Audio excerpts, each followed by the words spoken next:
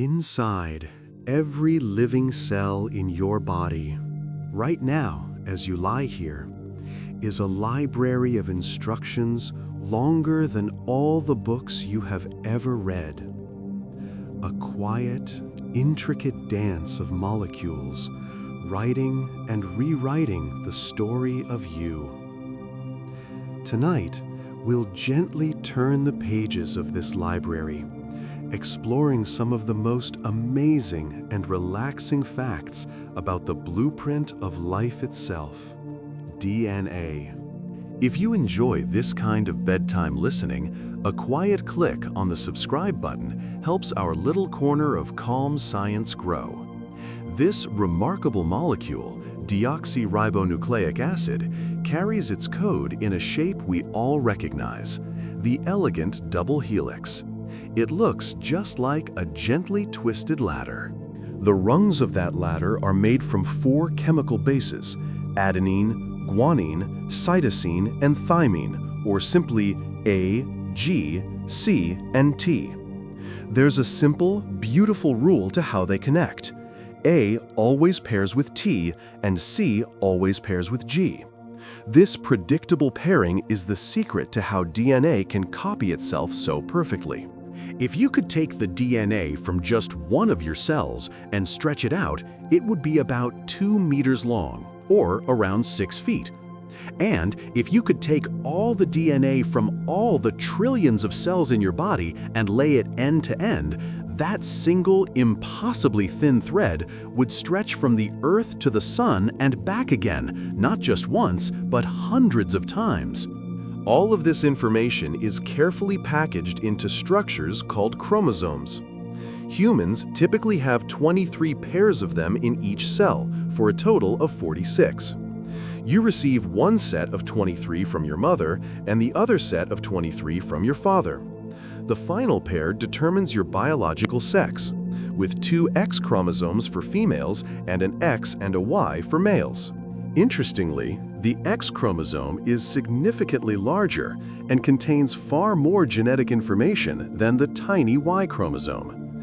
The complete set of these instructions in your body is called your genome. This human genome contains roughly 3 billion of those base pairs, 3 billion letters in your book of life. If you were to type out this entire sequence, typing 60 words a minute for 8 hours a day, it would take you about 50 years to finish. Yet this immense library is coiled and folded so masterfully that it fits inside a cell nucleus, a space far too small for the human eye to see. This dense packing is a true marvel of natural engineering. The DNA molecule itself is incredibly durable. Under the right conditions, sheltered from water and sunlight, it can remain stable for hundreds of thousands of years. This remarkable stability is what allows scientists to study the DNA of ancient creatures like the woolly mammoth, or even our own distant relatives like Neanderthals. Though DNA's existence was known, it was first isolated in 1869 by a Swiss chemist named Friedrich Miescher, who simply called the substance he found nuclein. The iconic double helix structure, however, wasn't figured out until 1953 by James Watson and Francis Crick. Their breakthrough was made possible by the crucial work of a scientist named Rosalind Franklin, whose X-ray diffraction image, famously known as Photo 51, revealed the helical shape. Tragically, she passed away before she could be fully recognized for her monumental contribution. As you rest here, letting the day fade away, consider this: your DNA is 99.9% identical to that of every other person on the planet. All of the wonderful diversity we see in humanity, our different eye colors, hair textures, and heights, arises from that tiny 0.1% of difference. Our genetic similarities extend far beyond our own species. We share about 98.5% of our DNA with chimpanzees, our closest living relatives. But it doesn't stop there. You share about 90% of your DNA with a house cat, and, perhaps most surprisingly, around 60% of your DNA is shared with a banana. This points to the beautiful, humbling truth of a common ancestor for all known life on Earth, a single, ancient thread connecting you to the tree outside your window and the quiet hum of the world. Does thinking about these vast, ancient connections deep inside you ever make you feel a sense of peace? Let me know your thoughts in the comments below as you get comfortable. Specific sections of your DNA that contain instructions are called genes. These genes tell your cells how to build proteins, which are the tireless workers that perform almost every task in your body. But what's fascinating is that only about 2% of your entire DNA sequence is made up of these protein-coding genes. For decades, the other 98% was often dismissed as junk DNA. We now understand that this so-called junk is anything but. Much of it acts as a sophisticated regulatory system, a vast switchboard that tells your genes when to turn on and when to turn off. This field of study, known as epigenetics, shows that your environment and your lifestyle can actually influence these switches. Things like your diet, your stress levels, and yes, even the quality of your sleep can change how your genes are expressed. It's a quiet reminder of how our daily choices ripple down to the molecular level. Identical twins, for example, start with the exact same DNA sequence, but as they live their lives, their epigenetic markers can change, leading to subtle differences between them. Every single time one of your cells divides, it has to make a perfect copy of those 3 billion letters of DNA. This process, called replication, is performed by an enzyme that works with breathtaking speed and accuracy, proofreading its own work as it goes. Even so, tiny mistakes, or mutations, can occur. The vast majority of these mutations are completely harmless. Some can even be beneficial, providing the raw material for evolution to work with. Your DNA is also under constant assault, sustaining thousands of instances of damage every single day, just from normal metabolic processes or exposure to things like ultraviolet light. Fortunately, your cells have an army of proteins dedicated to DNA repair, constantly patrolling your genome and fixing these errors. Much of this crucial cellular maintenance and repair work happens while you are sleeping. It's one of the many reasons that deep, restorative rest is so essential. At the very ends of your chromosomes are protective caps called telomeres. They've been compared to the plastic tips on shoelaces, preventing the chromosomes from fraying or sticking to each other. Every time a cell divides, these telomeres get a tiny bit shorter. This shortening process is closely linked to aging. Some specialized cells have an enzyme that can rebuild these telomeres, but most do not. Not all of your DNA resides in the cell's nucleus either. You also have a small, separate circle of DNA inside your mitochondria, the powerhouses of your cells. This mitochondrial DNA is inherited almost exclusively from your mother. This unique inheritance pattern has allowed scientists to trace a direct maternal lineage for all living humans back to a single common ancestor, a woman often called mitochondrial Eve. In another strange twist, about 8% of the human genome isn't originally human at all. It's composed of DNA from ancient viruses that infected our ancestors millions of years ago, inserting their genetic code into ours. These viral footprints are now a permanent and sometimes even useful part of our own blueprint. As your mind begins to drift, what's the most surprising connection you've ever learned about in science? I find the banana fact always brings a gentle smile. DNA is also nature's ultimate hard drive. It is an incredibly dense and stable way to store information. Scientists have calculated that all of the digital data in the entire world, every movie, website, song, and email, could be stored in a sample of DNA that would fit in the back of a small car. They have already successfully encoded books, images, and music onto synthetic strands of DNA. The forensic science of DNA fingerprinting doesn't look at your whole genome. Instead, it focuses on short, repeating segments of DNA that vary greatly from person to person. The probability of two unrelated individuals having the same pattern in these regions is incredibly small, making it a powerful tool for identification. If you ever wanted to see DNA for yourself, one of the easiest sources is a strawberry.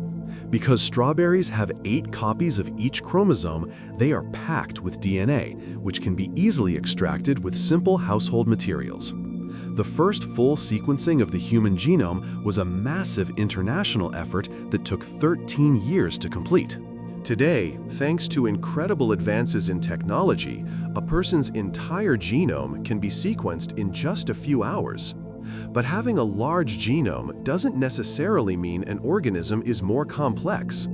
The marbled lungfish, for example, has a genome more than 40 times larger than ours. And there is no single gene for complex traits like intelligence or personality.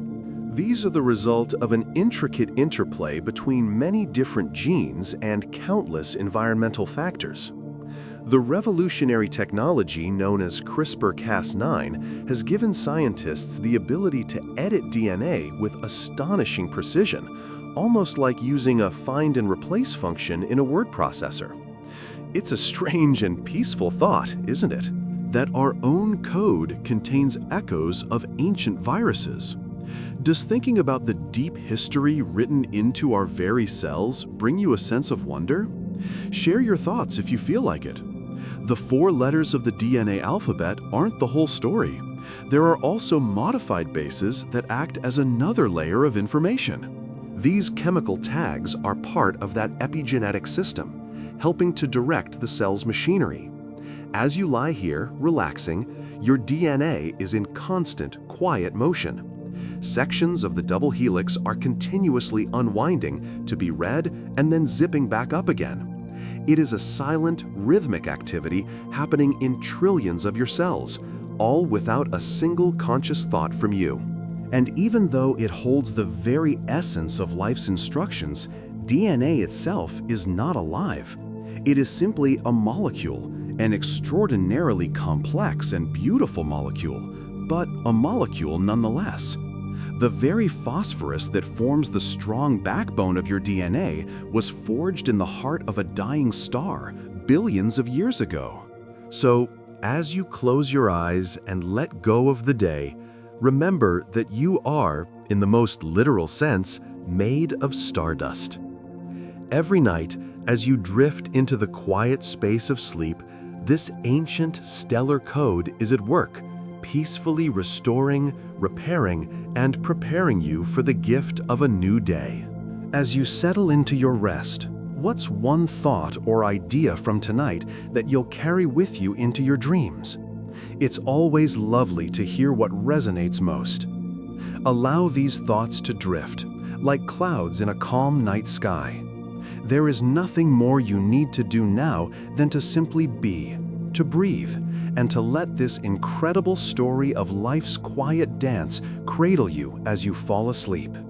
If you'd like to continue our calm explorations together, please do subscribe and join us again for more relaxing science to help you rest.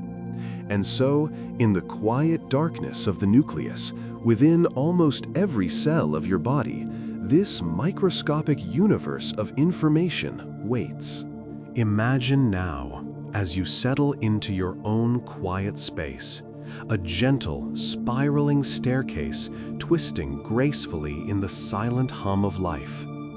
This elegant shape is the very first wonder of our DNA. We are surrounded by a universe of these quiet, beautiful facts about the code that makes us who we are. If you enjoy these moments of calm learning, a simple click on the like and subscribe buttons helps share this piece with others who might be looking for a soft place to land at the end of their day. This iconic shape, the double helix, is often compared to a twisted ladder, and it's a beautiful comparison. The 2 long, winding backbones are made of a repeating pattern of sugar and phosphate forming the sides of the ladder. But the magic, the language itself, is in the rungs. Each rung is formed by two molecules, called bases, reaching out from the backbones to meet in the middle. These are the famous letters of our genetic alphabet: adenine, thymine, guanine, and cytosine. A, T, G, and C. They don't just pair up randomly, however. There is a simple, elegant rule, a kind of chemical soulmate system. Adenine will only ever hold hands with thymine, and guanine will only ever embrace cytosine. A with T, G with C.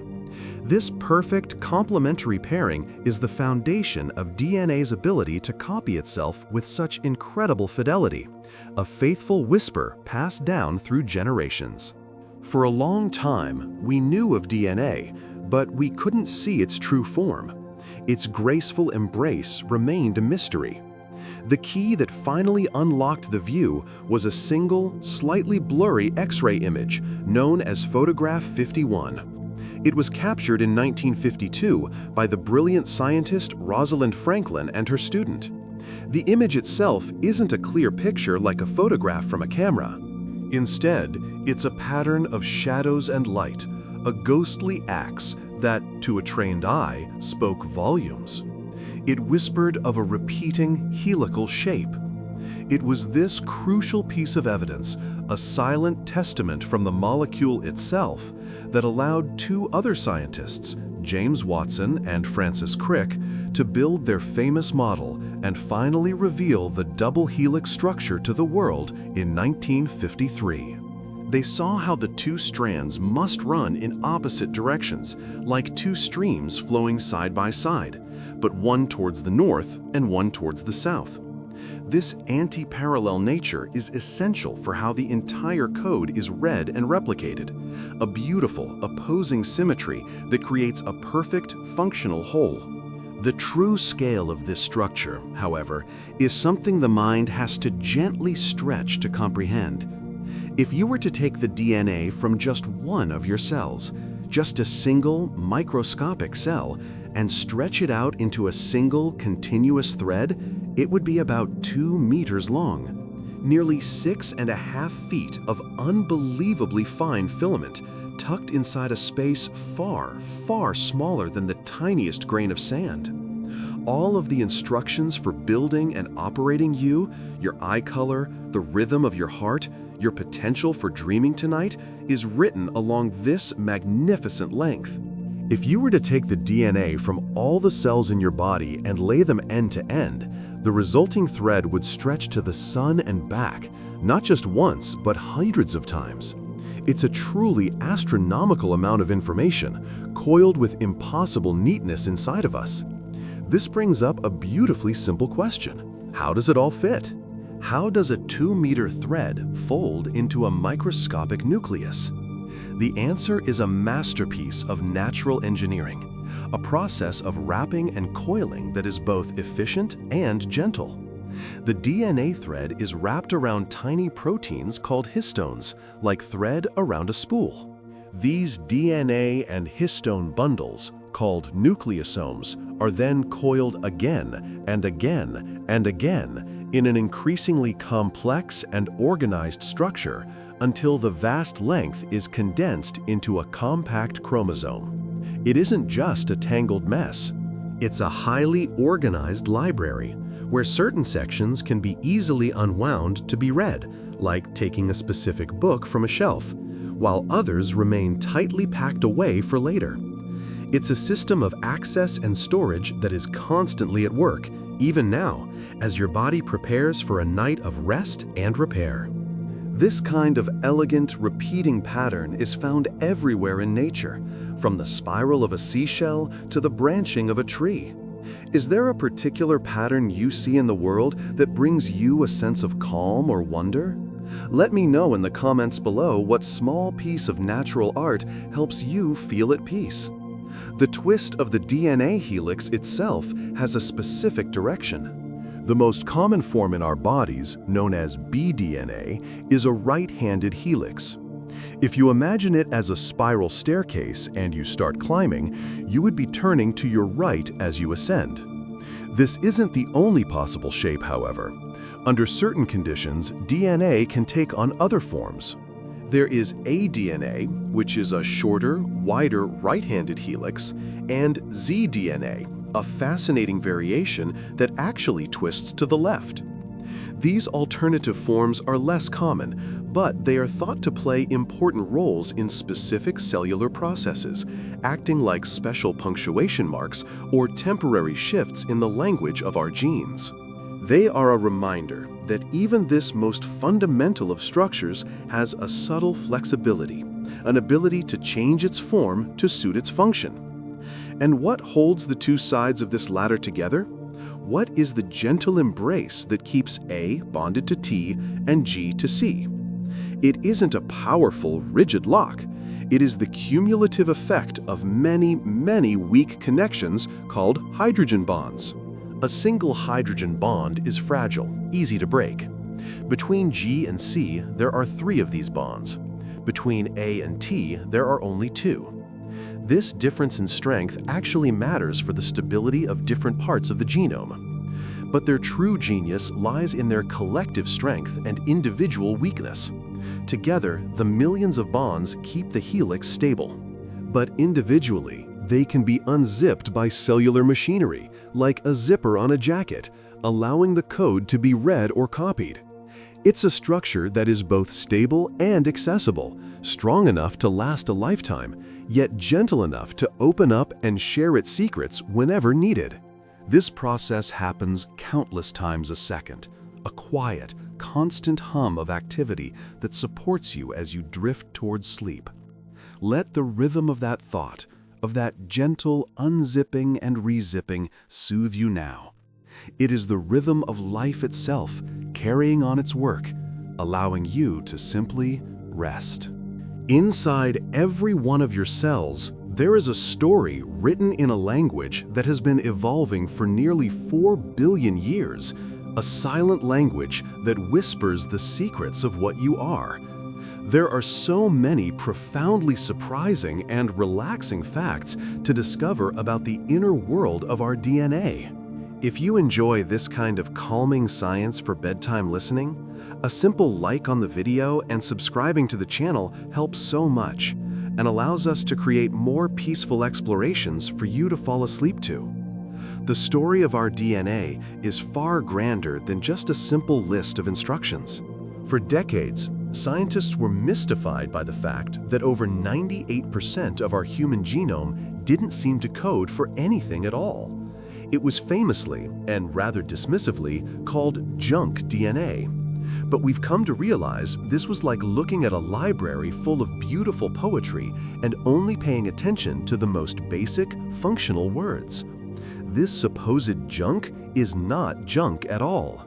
Instead, it is the grammar of our genetic language. It's the punctuation, the cadence, the rise and fall of the narrative. It directs which genes are turned on or off, when and in which cells, conducting a cellular orchestra of incredible complexity. It's the silence between the notes that truly makes the music. And what's more, this silent language is not written in permanent ink. It can be edited by our lives, by our experiences. This is the gentle science of epigenetics, which means above the gene. Imagine your DNA as a vast musical score. Your life, the food you eat, the air you breathe, the stress you feel, and even the peace you find in a good night's sleep doesn't rewrite the notes themselves, but it can add markings. A little pencil mark here to play a note softer, a highlighter there to make a passage louder. These epigenetic marks are chemical tags that attach to our DNA, telling our cells how to read the underlying script. This is why a calming routine before bed, letting go of the day's worries, isn't just a mental exercise. It's a quiet conversation with your own biology, a way of adding peaceful annotations to your own inner story.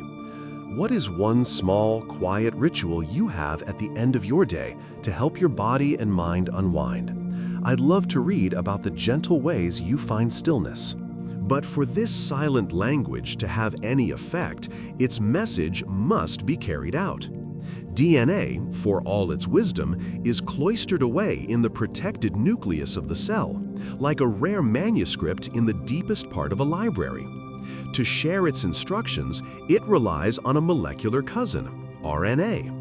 You can picture RNA as a careful librarian who transcribes a single, specific recipe from the master cookbook. This RNA messenger then travels out of the nucleus and into the main part of the cell, carrying the precise instructions needed to build a protein, to perform a task, to keep you alive and well. It is a constant, delicate flow of information, a whispered message from the archive to the workshop, happening trillions of times a second inside you as you rest here now. Even this transcription process has its own poetry. The message copied from the DNA isn't always the final draft. The initial RNA transcript often contains long, rambling sections that don't seem to be part of the final recipe. These sections are called introns. Before the message is sent out, the cell performs a remarkable act of editing, snipping out all of these introns and stitching the meaningful parts, the exons, back together. It's like a filmmaker editing raw footage, removing all the unnecessary scenes to create a concise, powerful story. This process, called splicing, means a single gene can produce many different messages, and therefore many different proteins, adding another layer of artistry and efficiency to our inner code. Perhaps one of the most profound and sleep-inducing thoughts is that some of those subtle epigenetic marks, those pencil notes on our DNA, might not have come from our own lives at all. There is growing evidence for something called transgenerational epigenetic inheritance. This suggests that the experiences of our ancestors, a famine they endured, a stress they overcame, could have left faint markings on their DNA that were then passed down through the generations to us. It's a whisper from the past, an echo of a life once lived, still resonating softly in our cells. It means our biology is not just our own, it is a tapestry woven with the threads of our grandparents and their grandparents, a quiet, unbroken connection to all who came before. Does hearing about these deep ancestral connections written into our DNA make you feel more connected to the past in a peaceful, thoughtful way? Let me know what feelings this brings up for you. Within this ancient library of our genome, there are also strange, ghost-like passages of text. These are known as transposons, or jumping genes. They are segments of DNA that can, over long evolutionary timescales, copy themselves and insert themselves into new positions within the genome. Many of these jumping genes are actually the faded remnants of ancient viruses that infected our distant ancestors millions of years ago. Instead of causing harm, they became integrated into our DNA, becoming a part of our own story.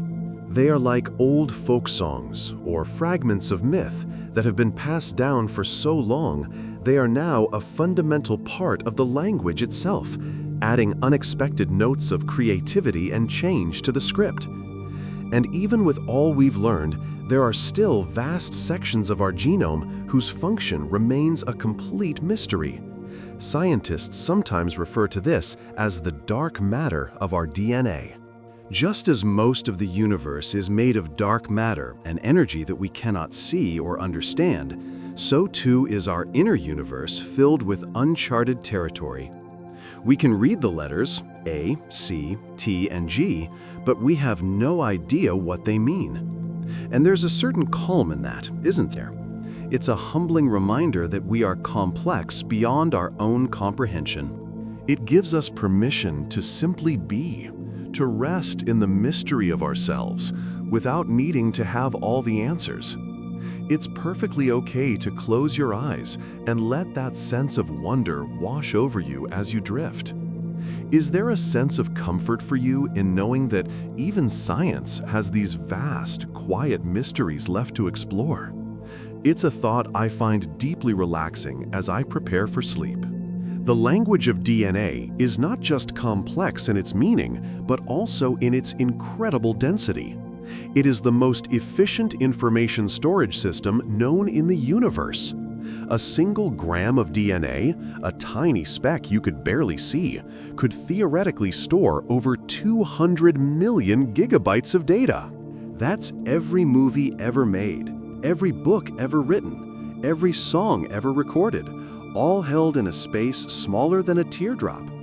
Your own personal library, your genome, contains about 3 billion letters, which, if printed out in books, would fill a stack of paper reaching 70 meters high.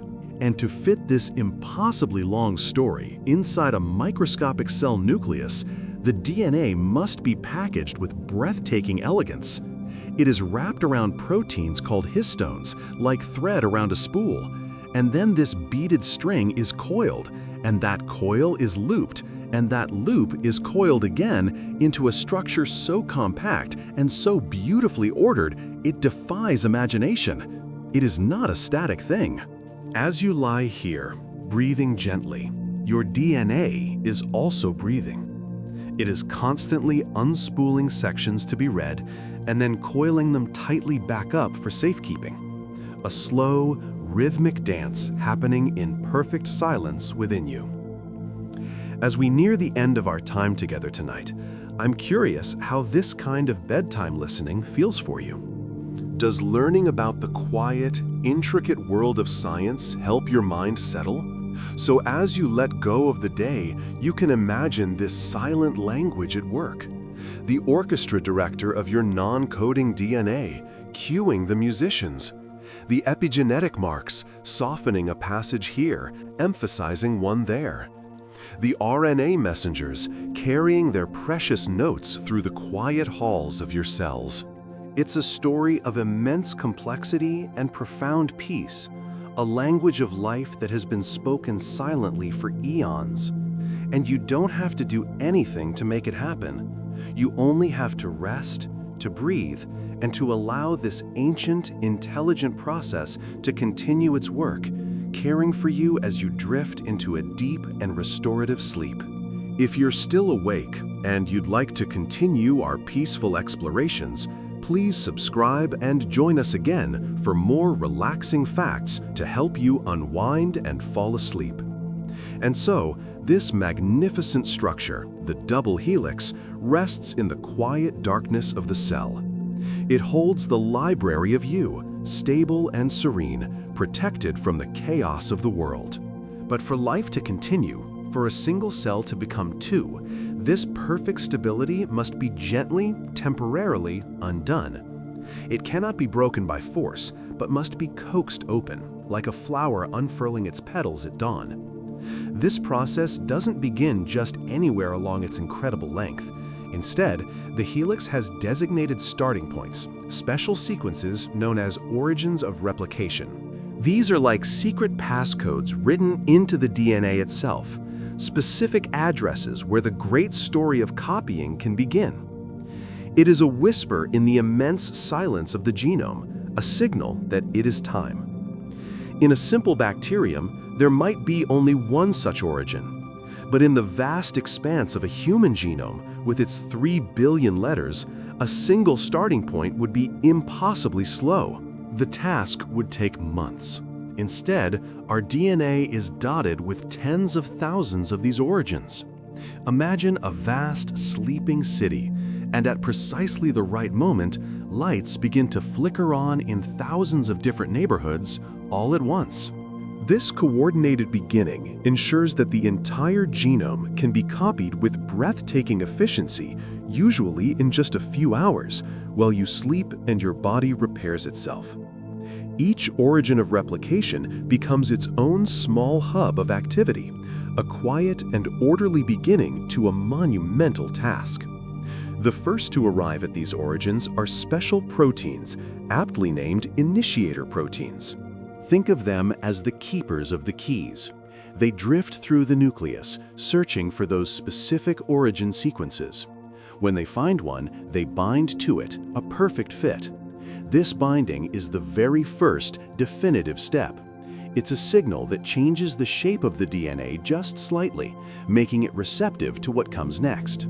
It's a beautifully subtle and specific interaction, the molecular equivalent of a gentle knock on a door, a request for entry before the work of duplication can commence.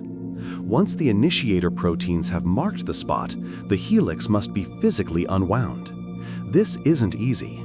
The hydrogen bonds holding the two strands together are collectively strong. Unzipping DNA requires a burst of energy. The cell uses its universal energy currency, a molecule called ATP, to power this process. It's a conscious investment of resources, a commitment by the cell to its own future. This act of spending energy to create new life is a fundamental rhythm of biology, happening in your body millions of times a second, a silent, powerful hum of renewal that continues even as you let go of the day and drift towards sleep. The enzyme that performs this crucial unzipping is called DNA helicase. Once it's loaded onto the origin, it begins to move along the DNA strand, spinning incredibly fast as it goes. Its job is to break the hydrogen bonds between the base pairs, prying the two strands apart. This creates a structure called the replication fork, a Y-shaped junction where the DNA splits into two single strands. You can picture it like a zipper being smoothly and methodically undone, revealing the precious code hidden within. The helicase motor works tirelessly, a tiny, determined engine moving through the heart of your genetic world. It's a process of separation that is, in fact, the beginning of connection, of creating a new, identical whole. As helicase unwinds the DNA, it creates a problem ahead of itself. Just as when you untwist a rope from the middle, the ends get tighter and more coiled, the DNA helix can become overwound and knotted with tension. This torsional stress could halt replication entirely. To solve this, another incredible enzyme called topoisomerase comes to the rescue. It acts as a kind of molecular stress relief expert. It travels ahead of the replication fork and makes a tiny, temporary cut in one of the DNA strands, allowing it to swivel and release the built-up tension. Then, just as quickly, it seals the break, leaving the DNA intact and relaxed. It's a graceful, elegant solution, preventing the entire process from grinding to a tangled halt. It's a reminder that even at this microscopic level, tension requires a gentle release. Now that the strands are separated, they are chemically inclined to snap right back together. They are complementary after all, and their natural state is to be paired. To prevent this, another set of proteins swoops in. They are called single-strand binding proteins, or SSBs. They coat the newly separated strands, acting like little placeholders, keeping them from rejoining. You can imagine them as tiny hands gently holding the pages of a book open, ensuring the text can be read clearly by the machinery that follows. They stabilize the vulnerable single strands, protecting them from damage and ensuring the template remains accessible. It's another layer of quiet, efficient cooperation in this intricate cellular ballet. Does hearing about this silent, microscopic cooperation make you feel a sense of peace or connection to the world around you? I'd love to know what feelings these relaxing facts about DNA bring up for you as you listen in the quiet of the night. This whole beautiful process of initiating replication doesn't just happen at any time. It is exquisitely timed and controlled by the cell's internal clock, known as the cell cycle. The cell has checkpoints, moments where it pauses and assesses if conditions are right to proceed. The decision to begin copying its DNA is one of the most important it will ever make. It only receives the go-ahead during a specific phase of its life, ensuring that DNA is copied only once and only when the cell is truly ready to divide. This deep internal rhythm mirrors the cycles we experience every day: the rhythm of breathing, the cycle of day and night, the journey into sleep, and the gentle return to wakefulness. The initiator proteins that kick everything off are themselves part of this careful regulation. They can only do their job and load the helicase onto the DNA at a certain point in the cycle. Once they have done so, they are inactivated, preventing them from starting the process again at the same origin before the cell has fully divided. This ensures that no part of the genome is accidentally copied twice, which could be catastrophic for the cell. It's a system of one-time use keys, a failsafe built into the very heart of life's machinery, providing a sense of order and security that is deeply calming to contemplate. And so, the stage is now set. Across tens of thousands of origins within a single nucleus, the DNA has been opened. The replication forks are stable, held apart by gentle proteins. The tension has been relieved. The template is pristine, exposed, and ready. A silent, expectant calm settles over the replication machinery. All of this intricate preparation, this quiet beginning, is for the arrival of the master artisan, the enzyme that will actually read the template and build the new strand of DNA. That builder is on its way, ready to perform one of the most fundamental acts in all of biology. The whispers have done their work, and now the story of creation is truly about to begin. And so, this immense, silent library of information, the DNA, rests coiled within the heart of almost every cell. It's a master text, a scroll of life so precious, so vital, that it almost never leaves its sanctuary, the nucleus. Think of the nucleus as a grand, quiet reading room in an ancient library, and the DNA as the one-of-a-kind, irreplaceable manuscript. To protect it from the bustling world outside the library walls, a special process must unfold. Life cannot consult the master copy directly for its daily work. Instead, it sends a scribe. This process, a whisper of activity happening countless times a second inside you right now, is called transcription. An enzyme, a tiny molecular machine, glides along one strand of the double helix, reading the sequence of letters. But it doesn't take the book off the shelf. Instead, it meticulously copies a single gene, a single sentence from that grand story, onto a fresh, portable scroll. This new scroll isn't made of DNA. It's made of a very close chemical cousin called RNA, or ribonucleic acid. RNA is like a more modern, flexible parchment. It's typically single-stranded, not a double helix, making it less stable but perfectly suited for a short, urgent journey. There's a subtle change in its alphabet, too. Where DNA has the letter T for thymine, RNA substitutes a different letter, U, for uracil. It's a small dialect change, a slight shift in the script, but one that marks the copy as a temporary message, not the eternal original. This messenger RNA, or mRNA, now holds the instructions, a single recipe copied from the master cookbook. Its mission is to carry this recipe out of the quiet sanctuary of the nucleus and into the cell's main workshop, where the real creation happens. But before this messenger is even allowed to leave, it undergoes a remarkable editing process, like a writer refining a first draft. The initial RNA copy of a gene is often much longer than the final message needs to be. It contains stretches of code that are essentially genetic filler, long, rambling passages that don't contribute to the final protein recipe. These sections are called introns. The cell, in its infinite wisdom, snips them out with molecular scissors. The meaningful sections, the ones that actually contain the vital instructions, are called exons. Once the introns are removed, the exons are stitched together seamlessly. This process is known as splicing, and it is one of the great sources of life's complexity. It's a form of genetic poetry, where the meaning can be changed by rearranging the stanzas.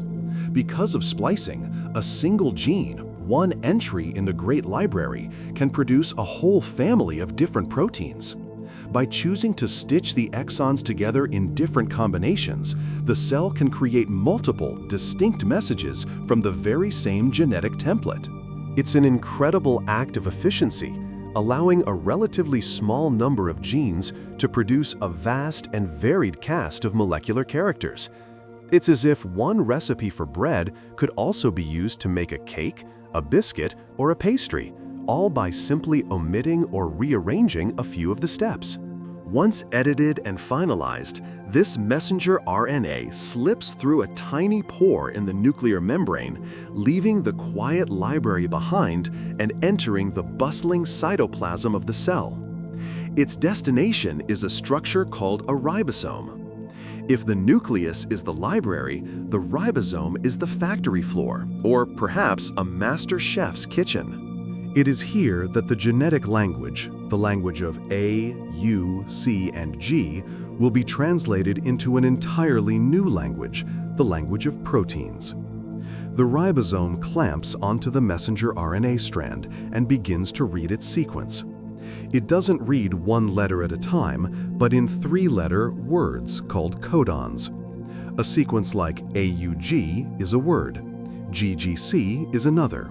Each of these three-letter codons corresponds to one specific building block, an amino acid. The ribosome moves along the RNA message, codon by codon, like a finger tracing a line of text, calling for the correct amino acid at each step. But how does the correct building block arrive? This is where another type of RNA comes into play, transfer RNA, or tRNA. You can imagine these tRNA molecules as tiny, expert translators or couriers. Each one is designed to recognize a specific codon on the messenger RNA. And on its other end, it carries the one and only one amino acid that matches that codon. So, as the ribosome reads the codon AUG on the message, a specific tRNA molecule carrying the amino acid methionine drifts in and locks into place. When the ribosome moves to the next codon, say GGC, a different tRNA molecule, this one carrying the amino acid glycine, arrives and clicks in right beside the first. A bond forms between them, and the first tRNA releases, its job done, leaving its amino acid behind. Slowly, steadily, the chain grows. Codon by codon, amino acid by amino acid, a long, flexible ribbon of protein is assembled, following the exact blueprint transcribed from the DNA. It's a quiet, rhythmic, and constant process.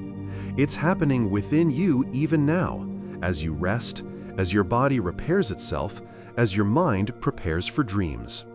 This ceaseless translation is the sound of life itself, a hum of creation in every cell. The sequence of amino acids is just the beginning, however. The true magic happens next. As this long chain emerges from the ribosome, it begins to fold. Pulled and pushed by the chemical properties of its amino acids, it twists and turns, coiling into a precise and intricate three-dimensional shape. This final, folded shape is everything. A protein's function is determined not by its linear sequence, but by its complex architecture. A protein that carries oxygen has a specific pocket for the oxygen molecule to sit in. An enzyme that digests food has a cleft, an active site, perfectly shaped to bind to a sugar or fat molecule. They are like keys, each one folded to fit a single, specific lock. If a protein misfolds, if it fails to achieve its correct shape, it can become useless, or in some cases, even toxic, leading to disease. These proteins are the true laborers of the body. They are the bricks and mortar, the movers and shakers, the messengers and defenders. They form the keratin in your hair, the collagen in your skin, the muscle fibers that allow you to move, and the antibodies that protect you from illness. Everything you see, everything you are in a physical sense, is the result of these proteins at work. Each one a tangible expression of a silent gene, a thought made real from the genetic scrolls. And all of this is governed by a conductor, a system of exquisite control that tells each cell which part of the score to play, ensuring a neuron acts like a neuron and a liver cell acts like a liver cell.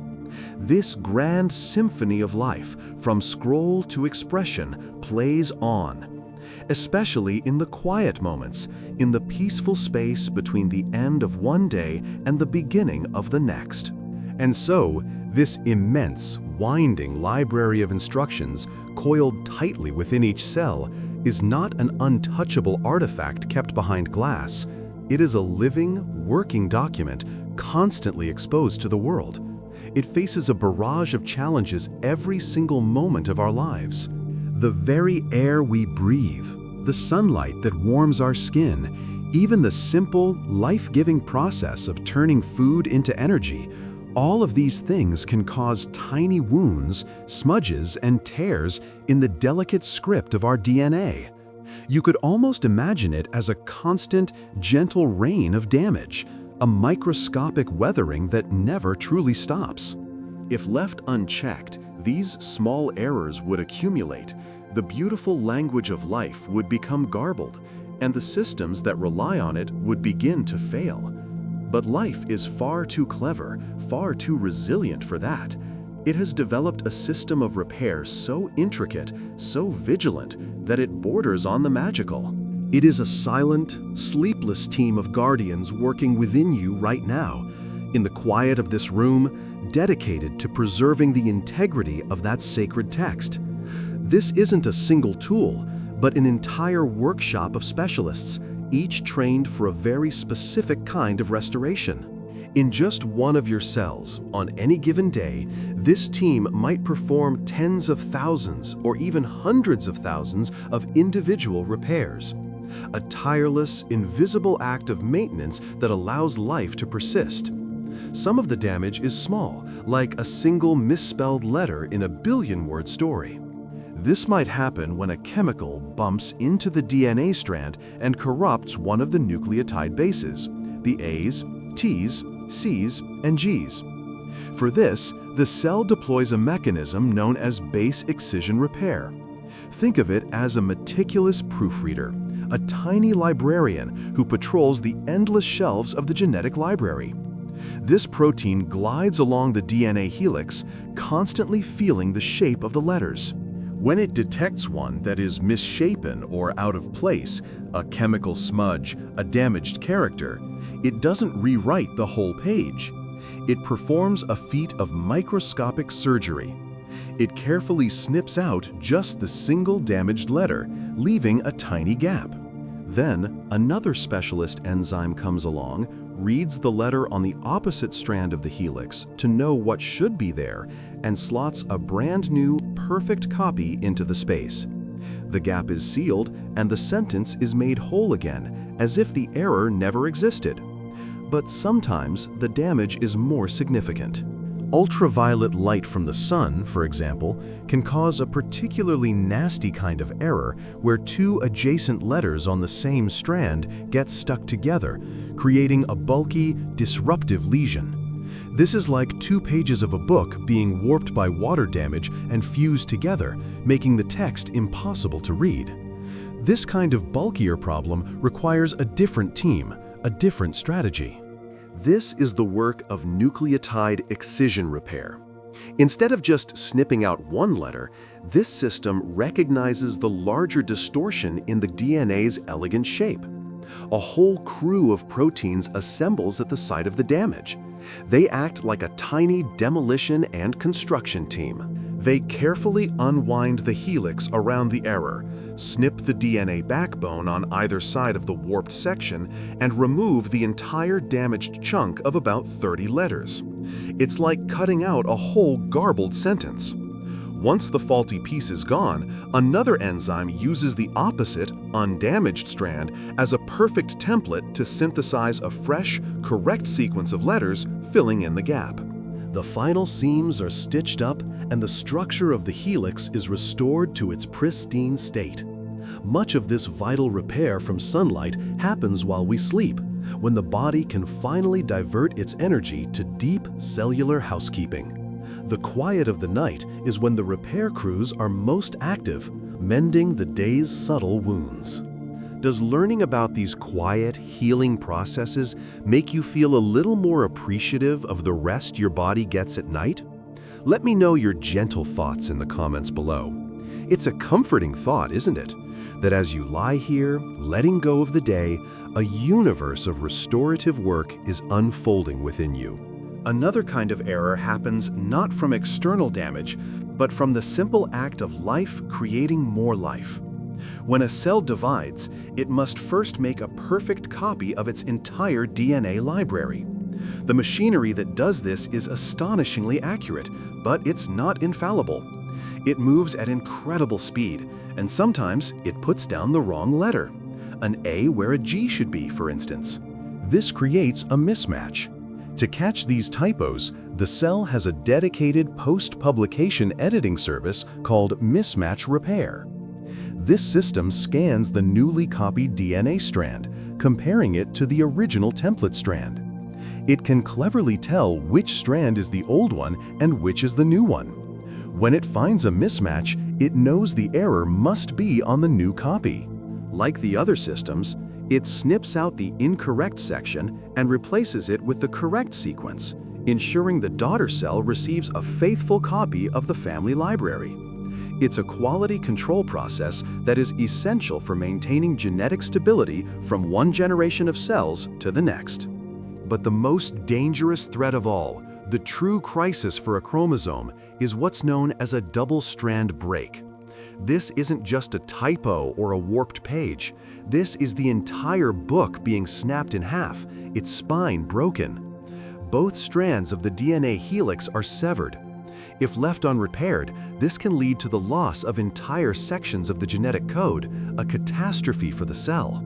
Faced with this emergency, the cell has two primary strategies, each with its own philosophy. The first is the cellular equivalent of an emergency medical team. It's called non-homologous end joining. It is fast, efficient, and its primary goal is simple: survival. When a double-strand break occurs, this system rushes to the scene, grabs the two broken ends, and essentially glues them back together. It's a rapid, often messy patch-up job. The proteins involved don't consult a template, they just rejoin the ends to prevent the chromosome from unraveling completely. While this swift action can save the cell's life, it often comes at a small cost. In the process of trimming and sticking the ends together, a few DNA letters might be lost or added. It's a trade-off. A tiny scar in the genetic text is better than losing the entire volume. The second strategy, however, is a masterpiece of precision and grace. It is called homologous recombination, and it is the cell's most elegant repair mechanism. This process can only happen at a specific time in the cell's life, after the DNA has been copied but before the cell has divided, because it requires a perfect, undamaged template to work from. When a double-strand break happens, the repair machinery seeks out the identical sister chromosome, the pristine backup copy. It then uses that flawless template to flawlessly recreate the damaged or missing sequence on the broken strand. It's like having a master artisan who, finding a torn page, retrieves the original manuscript from a vault and painstakingly restores the page, letter by letter, until it is indistinguishable from the original. It is a slower, more complex process, but the result is a perfect, error-free repair. It is a beautiful testament to life's commitment, not just to survival, but to perfection. This constant, delicate art of repair is happening within you now, a silent symphony of restoration. As your body settles into rest, as your breathing deepens, you are providing the perfect conditions for this work to be done. Sleep is not an empty space between days. It is a sacred, active time of healing, a time for the librarians and artisans within to quietly go about their work, ensuring that the story of you can continue, written with clarity and grace, ready for a new morning. And so, this constant, subtle shifting of our genetic code is not a flaw, but a feature, a quiet engine of change that has allowed life to explore countless possibilities across the ages.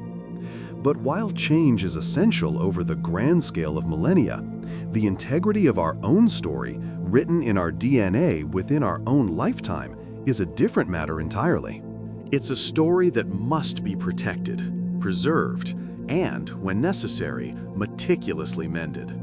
Because the threads that weave our being are under constant, silent assault, from the very air we breathe to the light that warms our skin.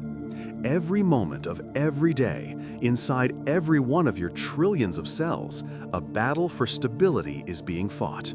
It's estimated that a single human cell can suffer up to 1 million individual molecular damages to its DNA in just one day. This isn't a catastrophe. It is simply the nature of being alive in a complex chemical world. The very metabolic processes that give you energy can create reactive byproducts that scar the delicate helix. And yet, we endure. We persist. The reason is one of the most beautiful and reassuring truths in all of biology. Our cells are not just passive archives of information. They are living libraries with teams of the most dedicated librarians and restoration experts imaginable, working tirelessly, especially as we rest, to keep the story true. This vast, intricate network of DNA repair is the silent guardian of our inner universe. The first line of defense is an act of profound mindfulness at the molecular level.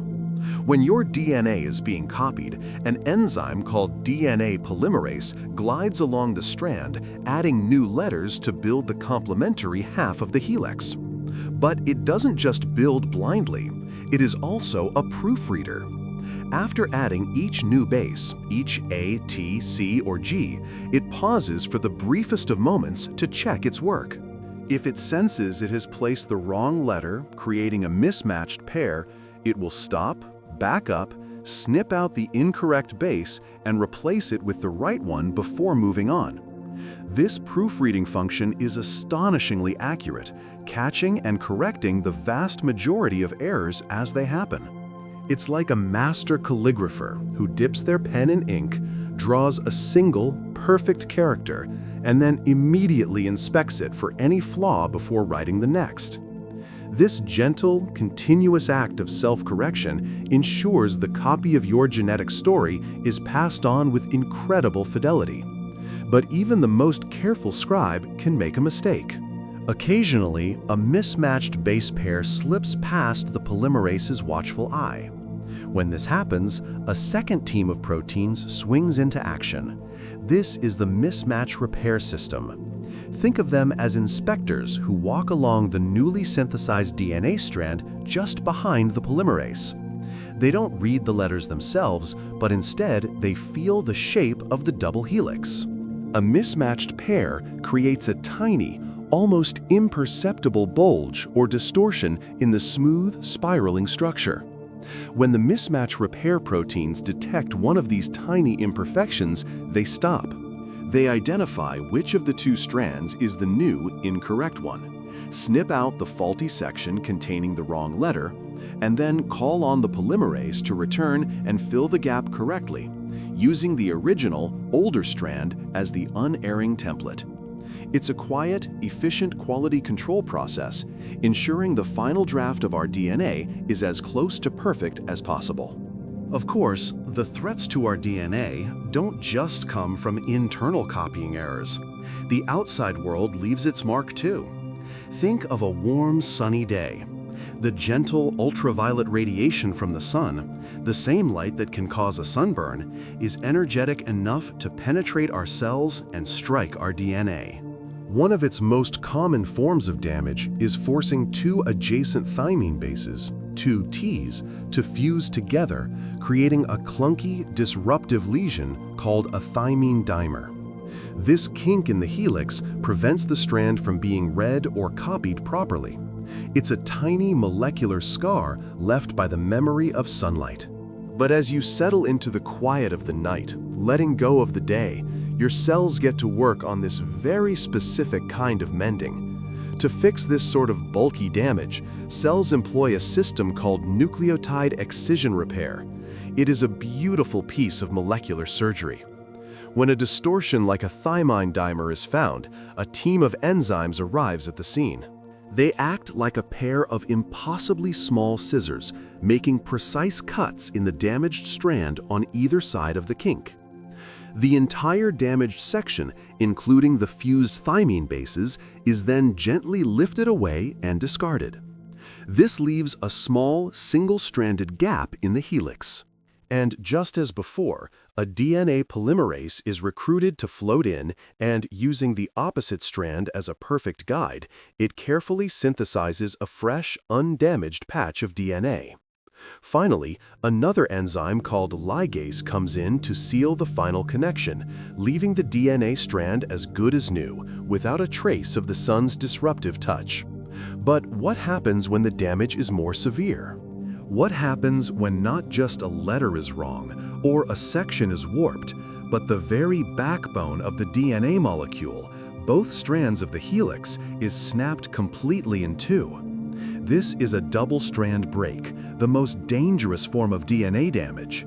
It is a 5-alarm fire for the cell.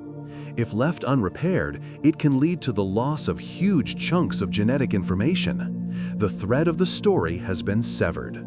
And yet, even for this catastrophic injury, the cell has developed ingenious methods of repair. One method is a kind of cellular emergency first aid. It's called non-homologous end joining. It's fast and effective, designed to fix the break before the two raw ends can drift apart and be lost forever. A complex of proteins grabs onto both broken ends of the DNA and, in simple terms, sticks them back together. It's not always perfectly neat. Sometimes, in the rush to stitch the chromosome back together, a few base pairs might be trimmed off the ends before they are fused. It's a quick patch, a pragmatic solution when the priority is simply to preserve the integrity of the chromosome. It may create a tiny scar in the code, but it keeps the larger story intact. But the cell also has another, far more elegant and precise way to mend a broken thread. This process, called homologous recombination, is one of the most remarkable ballets in all of cell biology.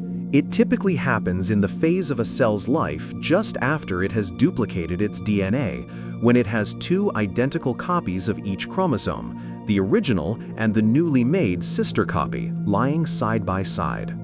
When a double-strand break occurs on one copy, the repair machinery makes a profound choice.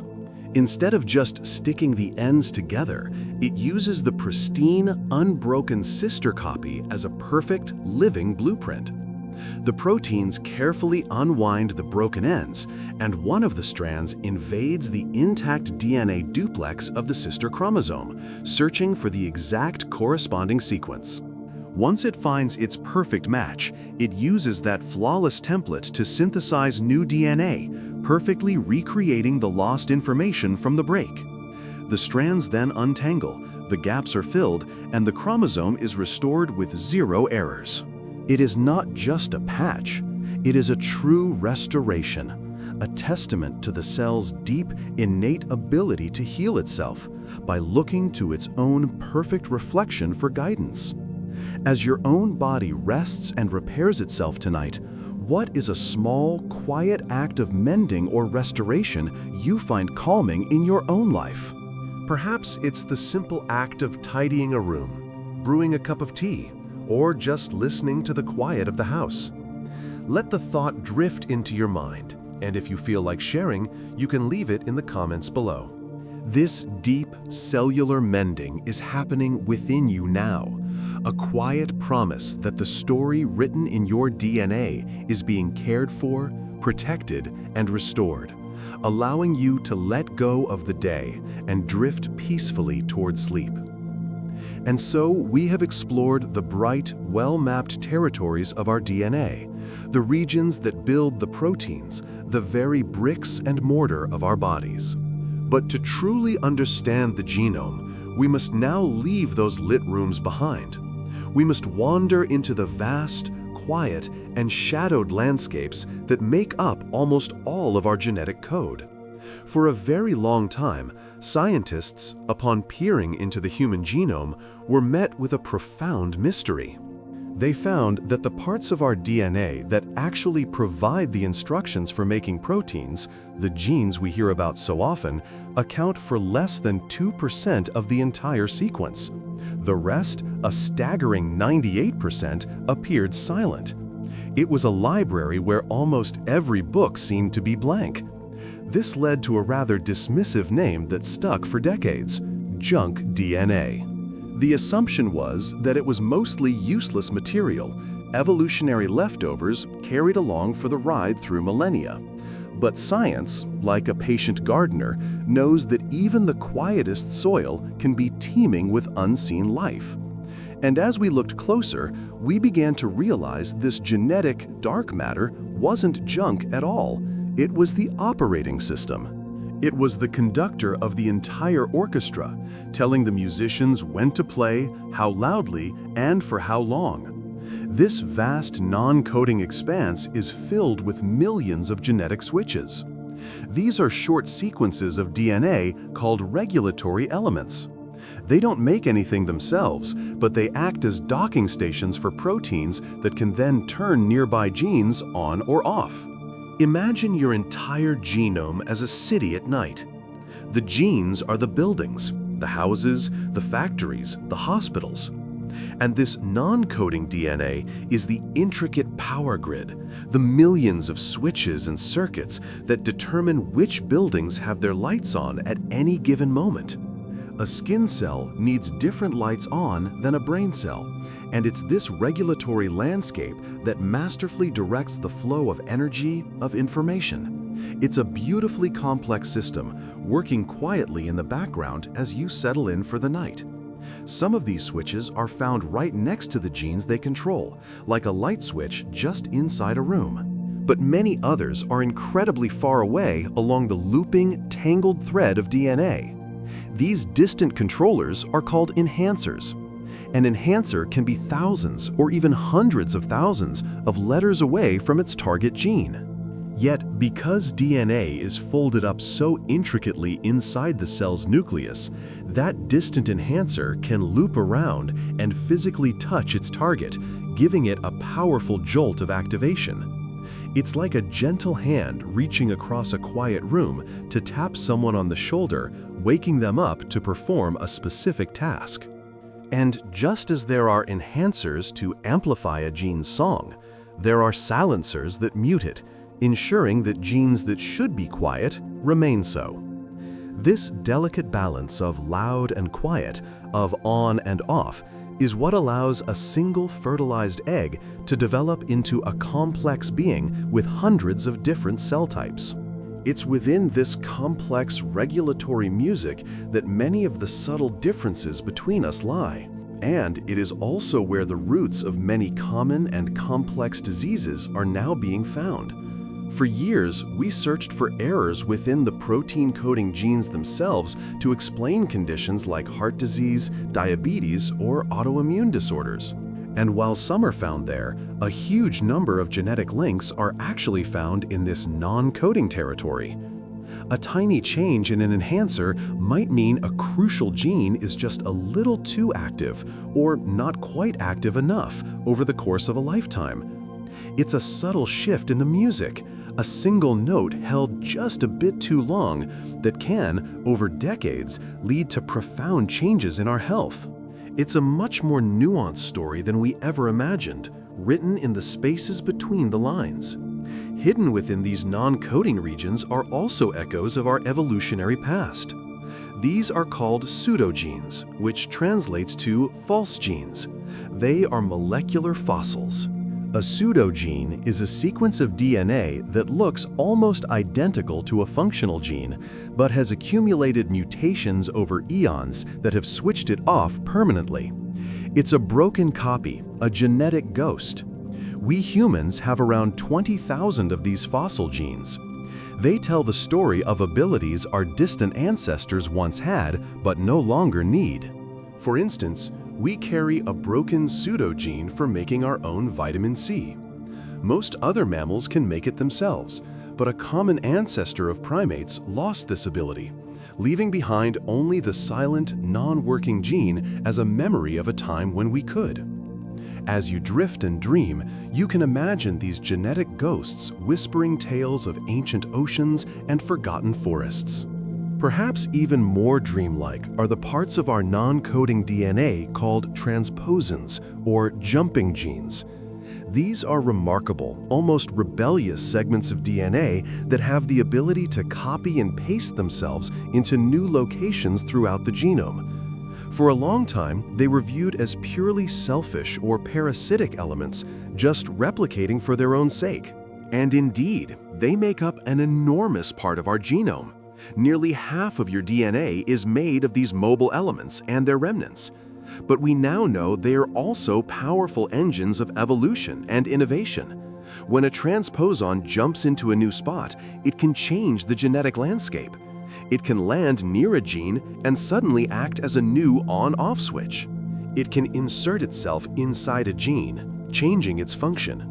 Over millions of years, this restless, creative shuffling has generated incredible novelty, wiring new regulatory circuits and helping to shape what makes us human. As these genetic stories shift and change within us, a process happening over a scale of time we can barely comprehend, does it ever make you wonder about the stories you carry in your own mind? What's a family tale or a comforting memory that feels like it's written into the very fabric of who you are?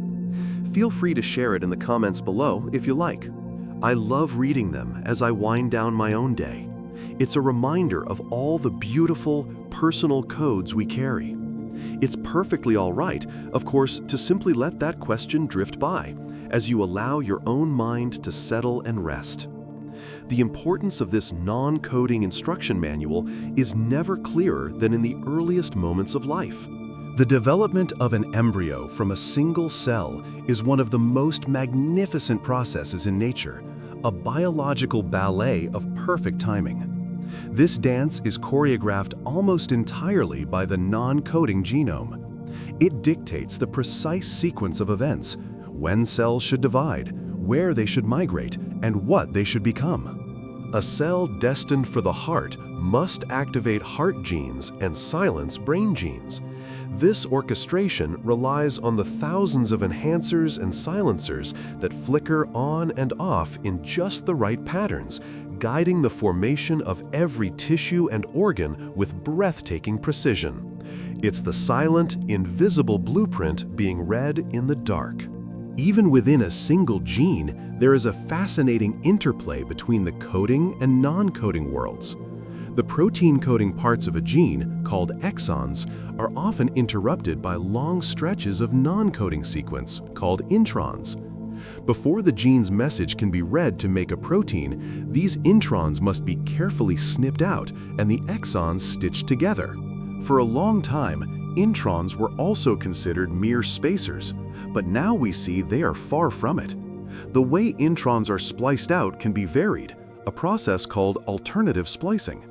This allows a single gene to produce multiple different versions of a protein, like a chef using the same set of core ingredients to create several distinct dishes. The introns themselves contain signals that guide this splicing process, adding another deep layer of complexity and versatility to our genetic toolkit. It's a beautiful form of biological efficiency, hiding possibility within the pauses. And just when we think we're beginning to understand the landscape, we discover a whole new continent of mystery. A huge portion of our non-coding DNA is transcribed into RNA molecules that, like the introns, are never used to build a protein. These are called long non-coding RNAs, and their functions are only just beginning to be uncovered. They seem to act as molecular scaffolds, helping to organize the machinery of the cell. Some act as guides, bringing proteins to specific spots on the DNA. Others act as decoys, soaking up other molecules to prevent them from doing their job. It's a shadow network, a subtle regulatory layer operating in parallel to the one we thought we knew. It's a testament to the fact that the more we learn, the more we realize how much more there is to discover. A comforting thought for any curious mind preparing for sleep. There will always be more wonders to explore tomorrow. And so, if our DNA is a library, a vast and wondrous collection of stories that write the epic of you, then we must consider the books themselves. Think of the oldest, most cherished volumes on the shelf. Their pages are filled with irreplaceable tales, but it is the hard-bound covers that protect them from the wear and tear of time. Our chromosomes, these bound volumes of genetic information, have their own protective covers. They are found at the very tips, the final, finishing punctuation on each chapter of our code. These guardians are called telomeres. They are not genes that code for your eye color or the curve of your smile. Instead, they are simple, repetitive sequences of DNA, like a familiar phrase whispered over and over again. T-tag G, T-tag G, T-tag G. A genetic mantra, a lullaby at the end of the line, ensuring the vital story within remains whole and unharmed. Their job is one of humble, silent sacrifice. Every time one of our cells divides, a process happening billions of times even as you rest here now, the entire library of your DNA must be meticulously copied. But the copying machinery has a small, peculiar limitation. It can't quite reach the very end of the chromosome strand. It's like a painter trying to paint the very edge of the canvas they are standing on. A tiny, minuscule fragment of the end is left uncopied with each division. Without our telomeres, this would mean that with every beat of our heart, with every new skin cell that forms, we would lose a piece of our essential genetic story.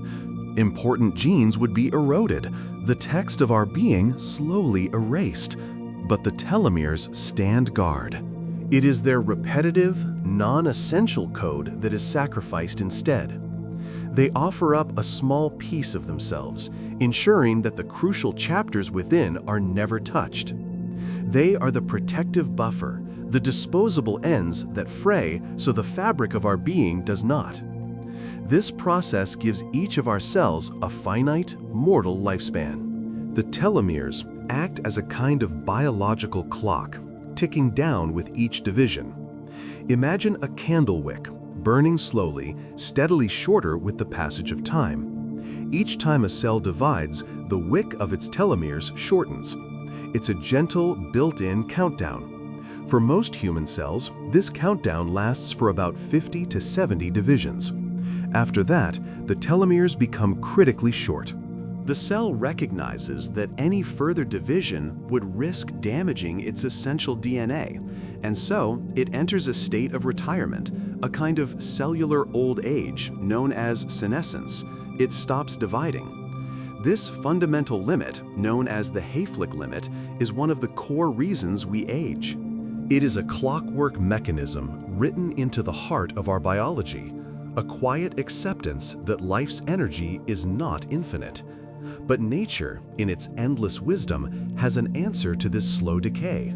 There is an enzyme, a remarkable molecular machine called telomerase. Its job is to be the restorer, the guardian of the guardians.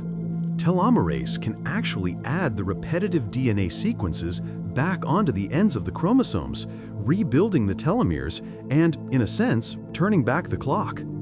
It lengthens the wick of the candle, allowing for more divisions, more life.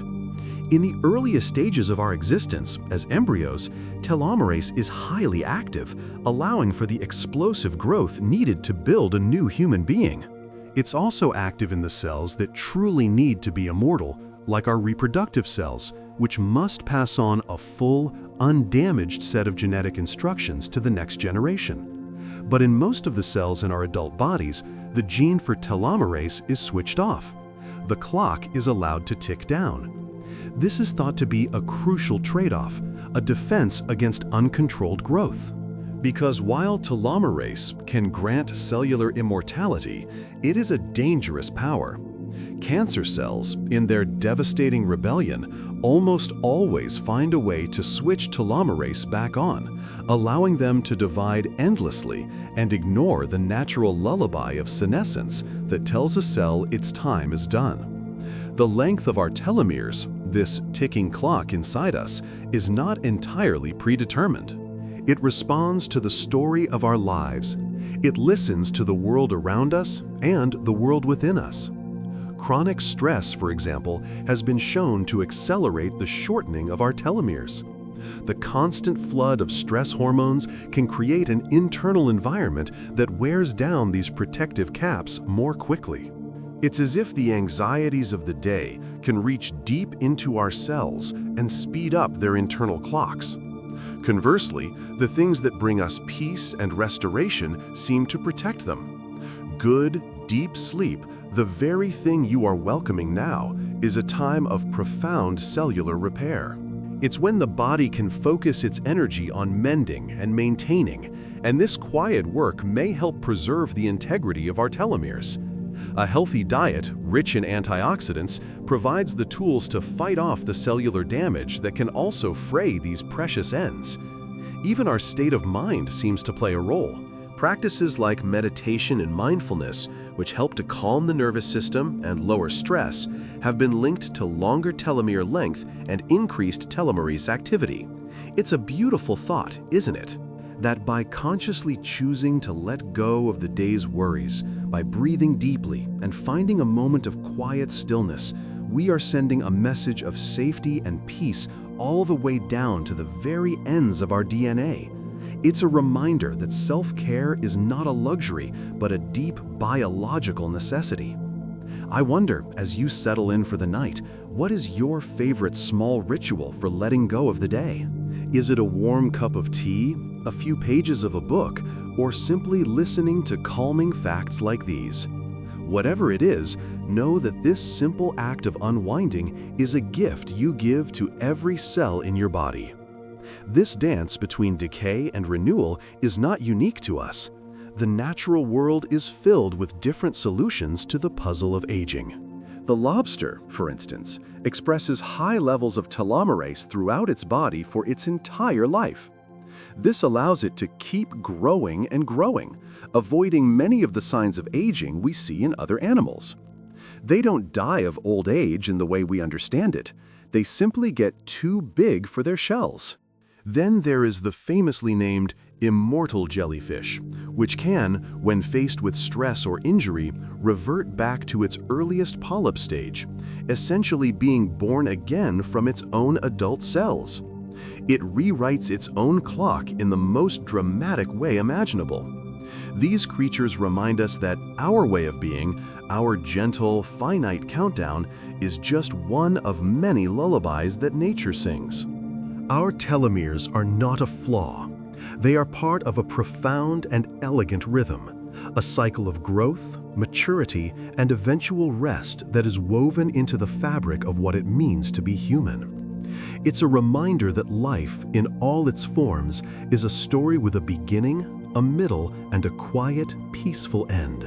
And so, while the grand library of the nucleus holds the sprawling epic of your entire biological identity, there are other stories being told within your cells. Tiny, separate stories, written in a different dialect of the same genetic language. If you could quiet your mind enough, letting the day's thoughts drift away like clouds, you might just be able to sense them. Deep within almost every cell in your body, outside of that central nucleus, are thousands of tiny powerhouses. These are your mitochondria, the tireless engines that convert the food you eat and the air you breathe into the energy of life itself.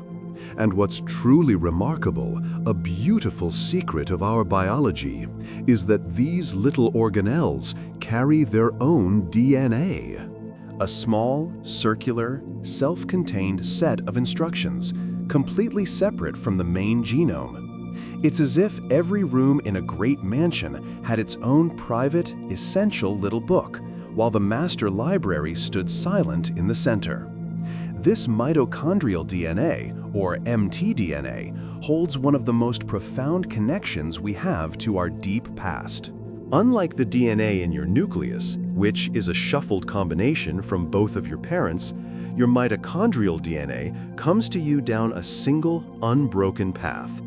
It is passed almost exclusively from mother to child. The reason for this is beautifully simple. When a sperm fertilizes an egg, it contributes its nuclear DNA, but its own small collection of mitochondria, which powered its incredible journey, are typically left outside or destroyed shortly after entry. The much larger egg cell, however, is rich with its own mitochondria, thousands of them, which become the founding population for the new life that follows. What this means for you, resting here now, is that the DNA in your mitochondria is a direct echo of your mother's, and hers is a direct echo of her mother's, and so on, creating a direct, undiluted genetic thread that stretches back through time, a river of ancestry flowing through an exclusively maternal line. It's a quiet legacy, humming away inside of you, connecting you to grandmothers and great-grandmothers and a chain of matriarchs you never knew, stretching back into the mists of human history. It's a humbling thought, isn't it? That this ancient feminine line persists inside of you, regardless of your own gender, powering every breath you take as you drift toward sleep. This unbroken chain has allowed scientists to trace the maternal ancestry of all living humans back to a single common ancestor. She is often called mitochondrial Eve. Now, this doesn't mean she was the only woman alive at the time. Not at all. There were many thousands of others. But she is the only one from that period, living in Africa some 200,000 years ago, whose direct maternal lineage has survived in an unbroken chain into every single person on Earth today. The lines of all her contemporaries eventually ended, perhaps because they had no children or only had sons. But her mitochondrial signature, her genetic echo, is a universal inheritance we all share. It is the deep rhythm beneath the more recent melodies of our individual family histories. As you lie here, listening, does thinking about this unbroken chain of mothers feel grounding in some way? I wonder what feelings or images that brings to your mind. The mitochondrial genome is tiny compared to its nuclear counterpart. While the DNA in your nucleus contains over 3 billion base pairs, your mitochondrial DNA has only about 16,500. It's the difference between a vast, sprawling encyclopedia and a small, essential pamphlet. This pamphlet contains just 37 genes, but these genes are absolutely critical. They provide the instructions for building the core machinery of our cellular power plants. Without these 37 genes, our cells would have no way to generate the vast amounts of energy needed for thinking, for moving, for healing, for the quiet, restorative work your body is doing right now as you rest. It is the energy from your mitochondria that fuels the repair of your muscles and the consolidation of your memories while you sleep. Interestingly, this tiny strand of mtDNA mutates at a much faster rate than nuclear DNA. This might sound like a flaw, but for scientists, it's an incredible gift. Because it changes more rapidly, it acts as a faster ticking clock. It allows researchers to track human history on a finer scale, mapping our migrations out of Africa and across the continents over the last 100,000 years. Each small, harmless mutation acts like a breadcrumb, a new entry in the logbook of our collective human journey. These mutations create distinct lineages, or haplogroups. A haplogroup is essentially a large, ancient family, a branch on the human tree defined by a shared set of specific mitochondrial mutations. By identifying your haplogroup, genetic ancestry tests can trace your maternal line back to a specific part of the world and connect you to the ancient movements of peoples. It can tell a story of ancestors who may have crossed the land bridge into the Americas, or sailed across the seas to Oceania, or weathered the Ice Age in Europe. It's a way of reading the fossil record written not in stone, but within your own cells. Have you ever looked into your own family's history, perhaps tracing back the stories of your grandmothers? It's fascinating how these scientific threads can sometimes mirror the tales passed down through a family. Perhaps the most mind-bending truth about mitochondria is where they came from in the first place. The fact that their DNA is circular, just like the DNA in bacteria, was a major clue. The leading theory, known as the endosymbiotic theory, suggests that over 1.5 billion years ago, mitochondria were once free-living bacteria. At some point, one of these ancient bacteria was engulfed by a larger, primitive host cell. But instead of being digested, it survived, living inside its host. The bacterium provided abundant energy, and the host cell provided raw materials and protection. This partnership was so successful, so revolutionary, that it became permanent. That ancient bacterium became the mitochondrion, and that ancient host cell became the ancestor of all complex life on Earth, including us. So when you think of your mitochondria, you are thinking of a story of ancient cooperation, a partnership that has lasted for eons and made your own existence possible. The number of these tiny powerhouses varies enormously depending on the cell's job. A cell that doesn't need much energy, like a skin cell, might have only a few hundred. But a cell with immense energy demands, like a heart muscle cell that must beat every second of your life, can be packed with 5,000 or more. Your brain cells, too, are rich with mitochondria, burning through energy as you process thoughts, form memories, and even as you dream. The egg cell, which holds all the potential for new life, is perhaps the most packed of all, containing hundreds of thousands of copies of this ancestral DNA, ensuring the next generation has the energy it needs to begin its journey. And though we speak of this maternal inheritance as an absolute rule, nature always has its exceptions. Very rarely, in a phenomenon known as paternal leakage, a few of the father's mitochondria can slip through and persist in the child's cells. It is incredibly uncommon, a whisper against a shout, but it reminds us that even the most solid rules in biology can sometimes be flexible. It's a small but fascinating reminder that nothing is ever quite as simple as it seems. And so, as you settle deeper into your rest, feel the quiet, steady hum of these ancient companions within you. They are the echoes of a deep, maternal past and the legacy of a partnership formed at the dawn of complex life. They are the silent engines powering your journey into sleep, tirelessly working to restore you, connecting you to every mother who came before, all the way back to the very beginning. And so, as the world outside grows still, we can feel a similar quietness settling within our own minds. It's in these moments of peace that we can turn our attention inward, not to the worries of the day, but to something far more ancient and profound.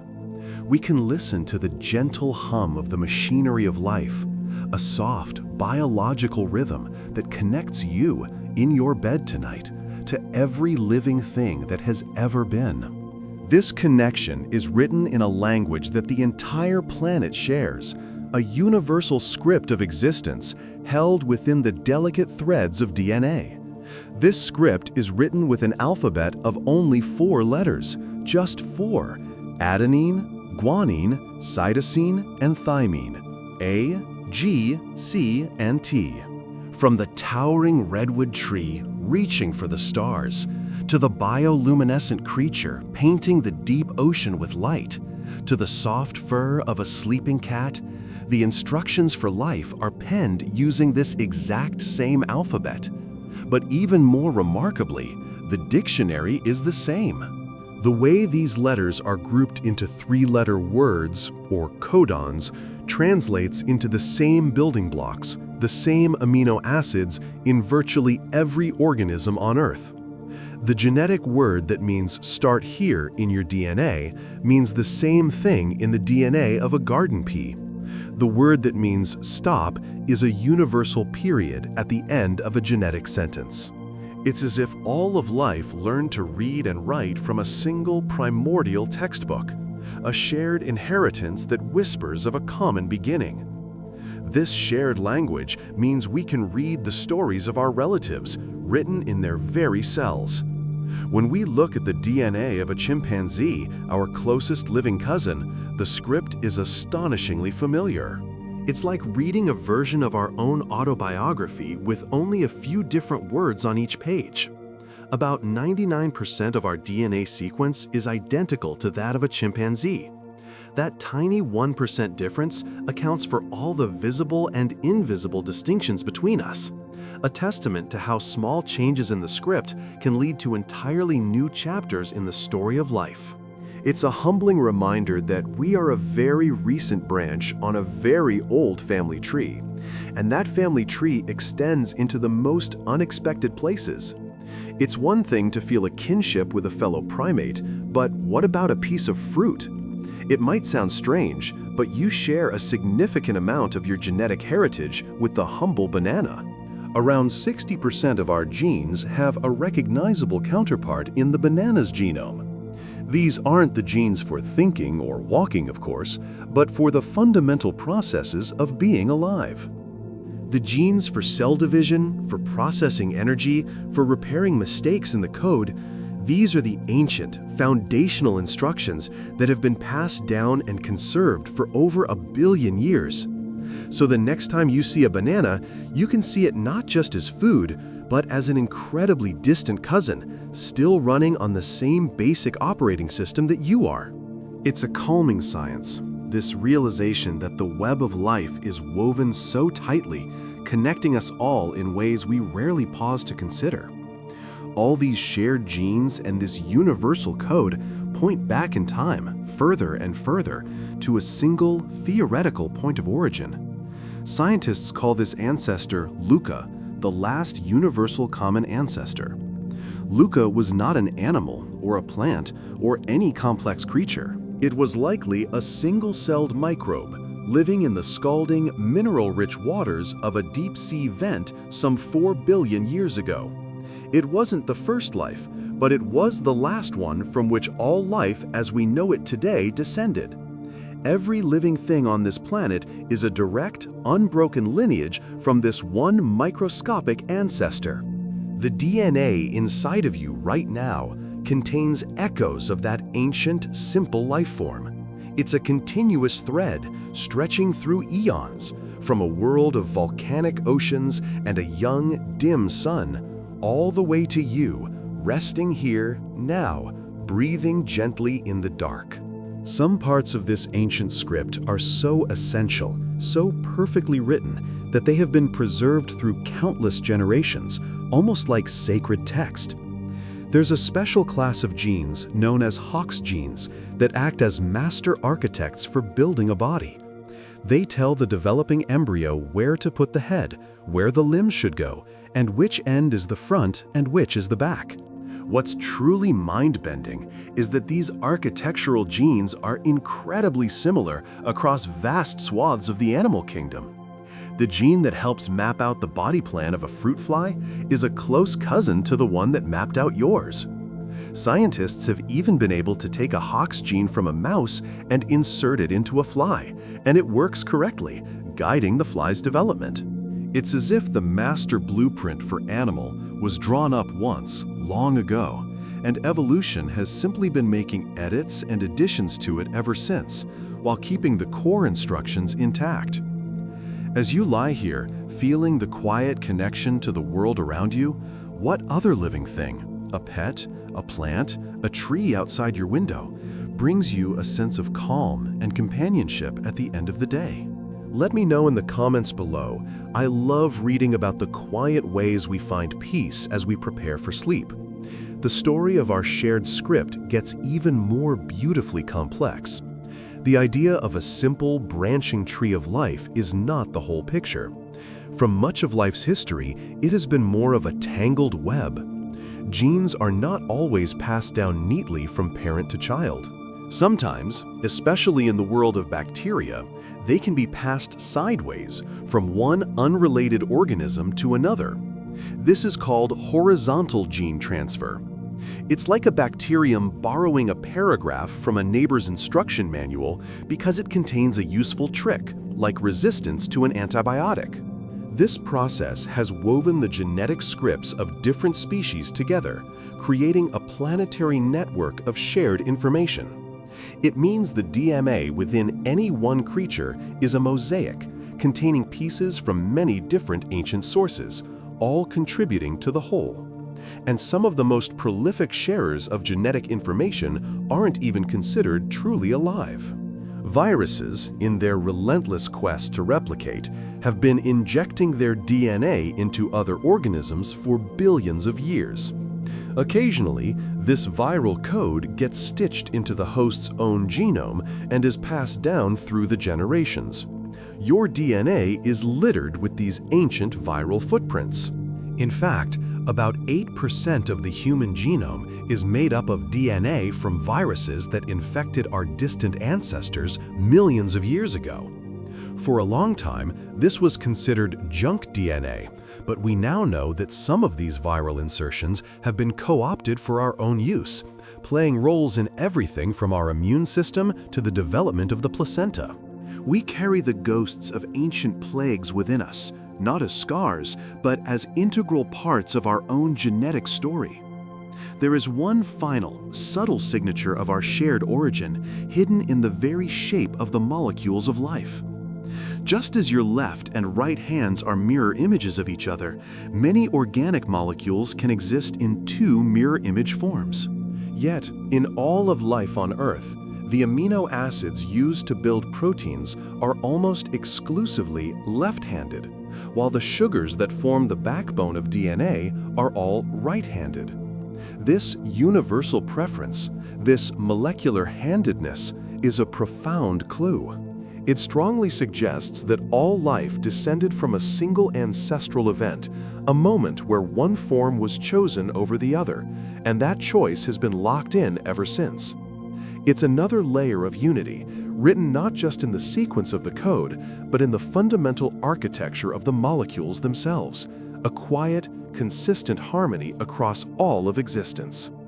The world is built with a specific orientation, and that shared directionality connects you to the first stirrings of life, long, long ago.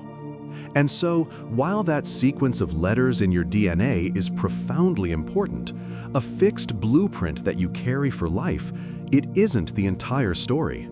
It's more like the text of a vast and beautiful library, containing every possible story your body could ever tell.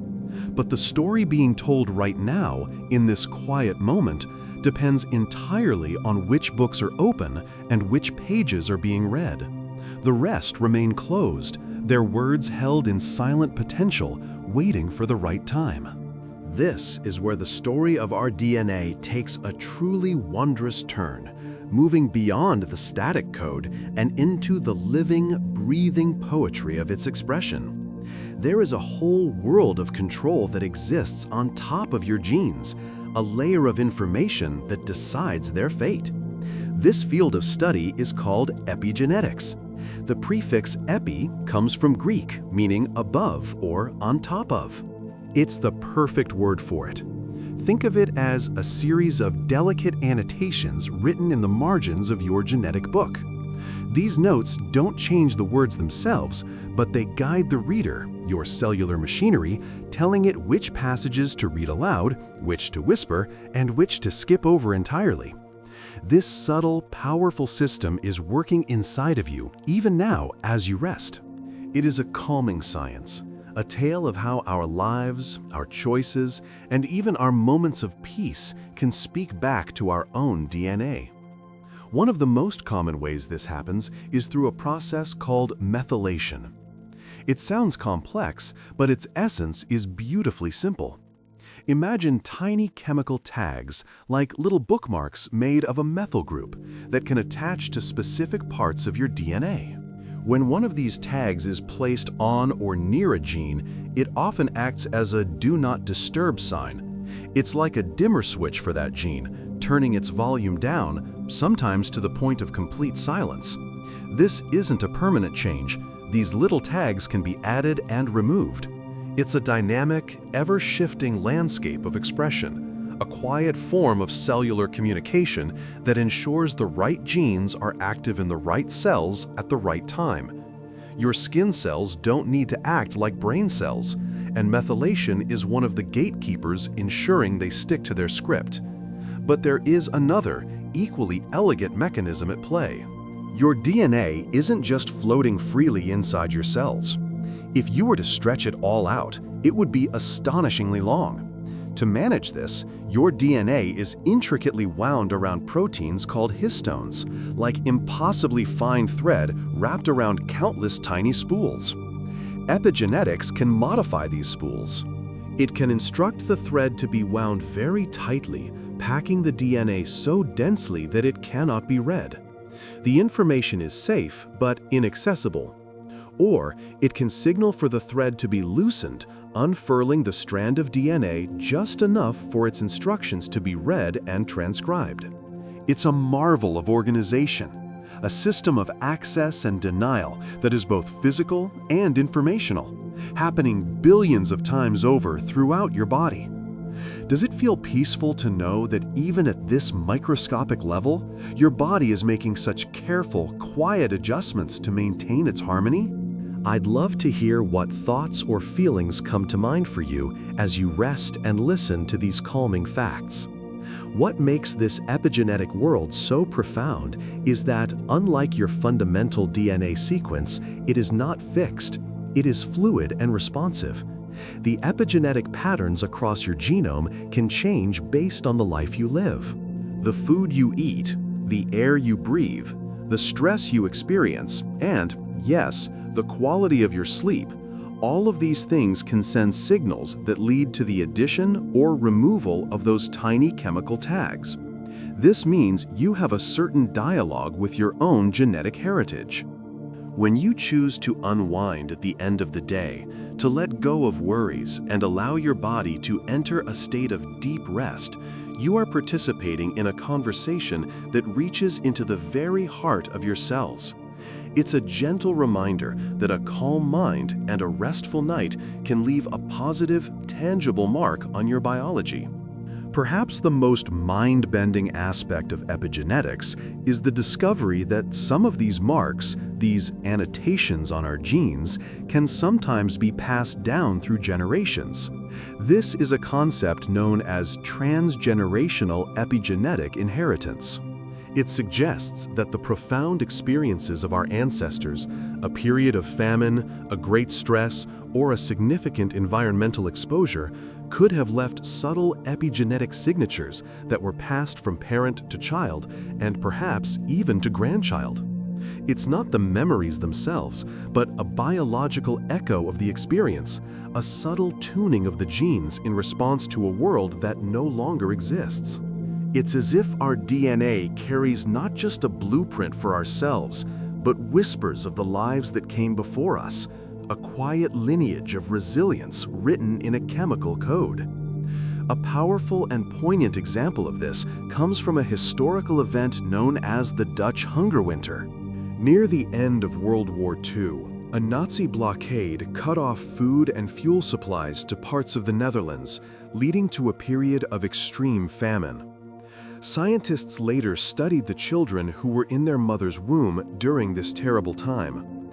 They found that these individuals had specific epigenetic changes compared to their siblings born before or after the famine.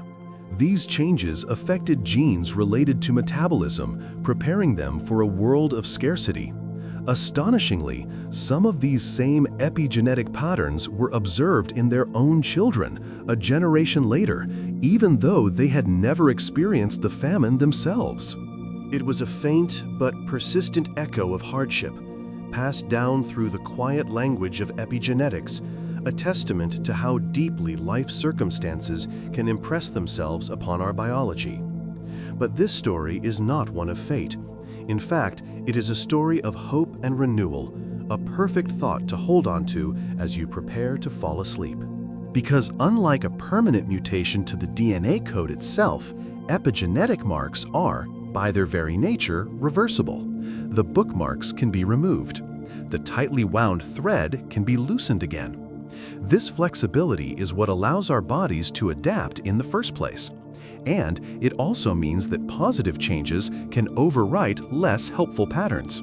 A nourishing lifestyle, a reduction in stress, and the deep restorative power of sleep can all contribute to a healthier epigenetic landscape. It suggests that every time you consciously choose calm, every time you allow your mind to soften and your breath to deepen, you are nurturing your well-being on a level you may have never imagined. And so, these tiny, imperceptible changes in the code, these molecular typos copied over billions of times, are not always silent. Sometimes they speak. And when they do, they often speak the language of health, of difference, of the unique vulnerabilities and resiliencies held within each of us. For most of human history, the source of these whispers was a profound mystery. A family might share a common ailment, a shadow passed from one generation to the next, but the reason was locked away, deep inside the cell. Now, we are learning to listen. We are learning to read the story that was always there. Consider that for some conditions, the cause can be traced back to a single incorrect letter in a DNA sequence of 3 billion. A single substitution, like a C where a G should be, can be enough to change the entire meaning of a genetic sentence. This is the case for conditions like sickle cell anemia, where one tiny alteration in the gene for hemoglobin reshapes red blood cells, changing their very nature. It's a powerful reminder of how a single, microscopic detail can ripple outwards, defining a significant part of a person's life. The blueprint is so precise that even the smallest deviation can create an entirely new reality. Yet, this is not the most common way our DNA speaks of our health.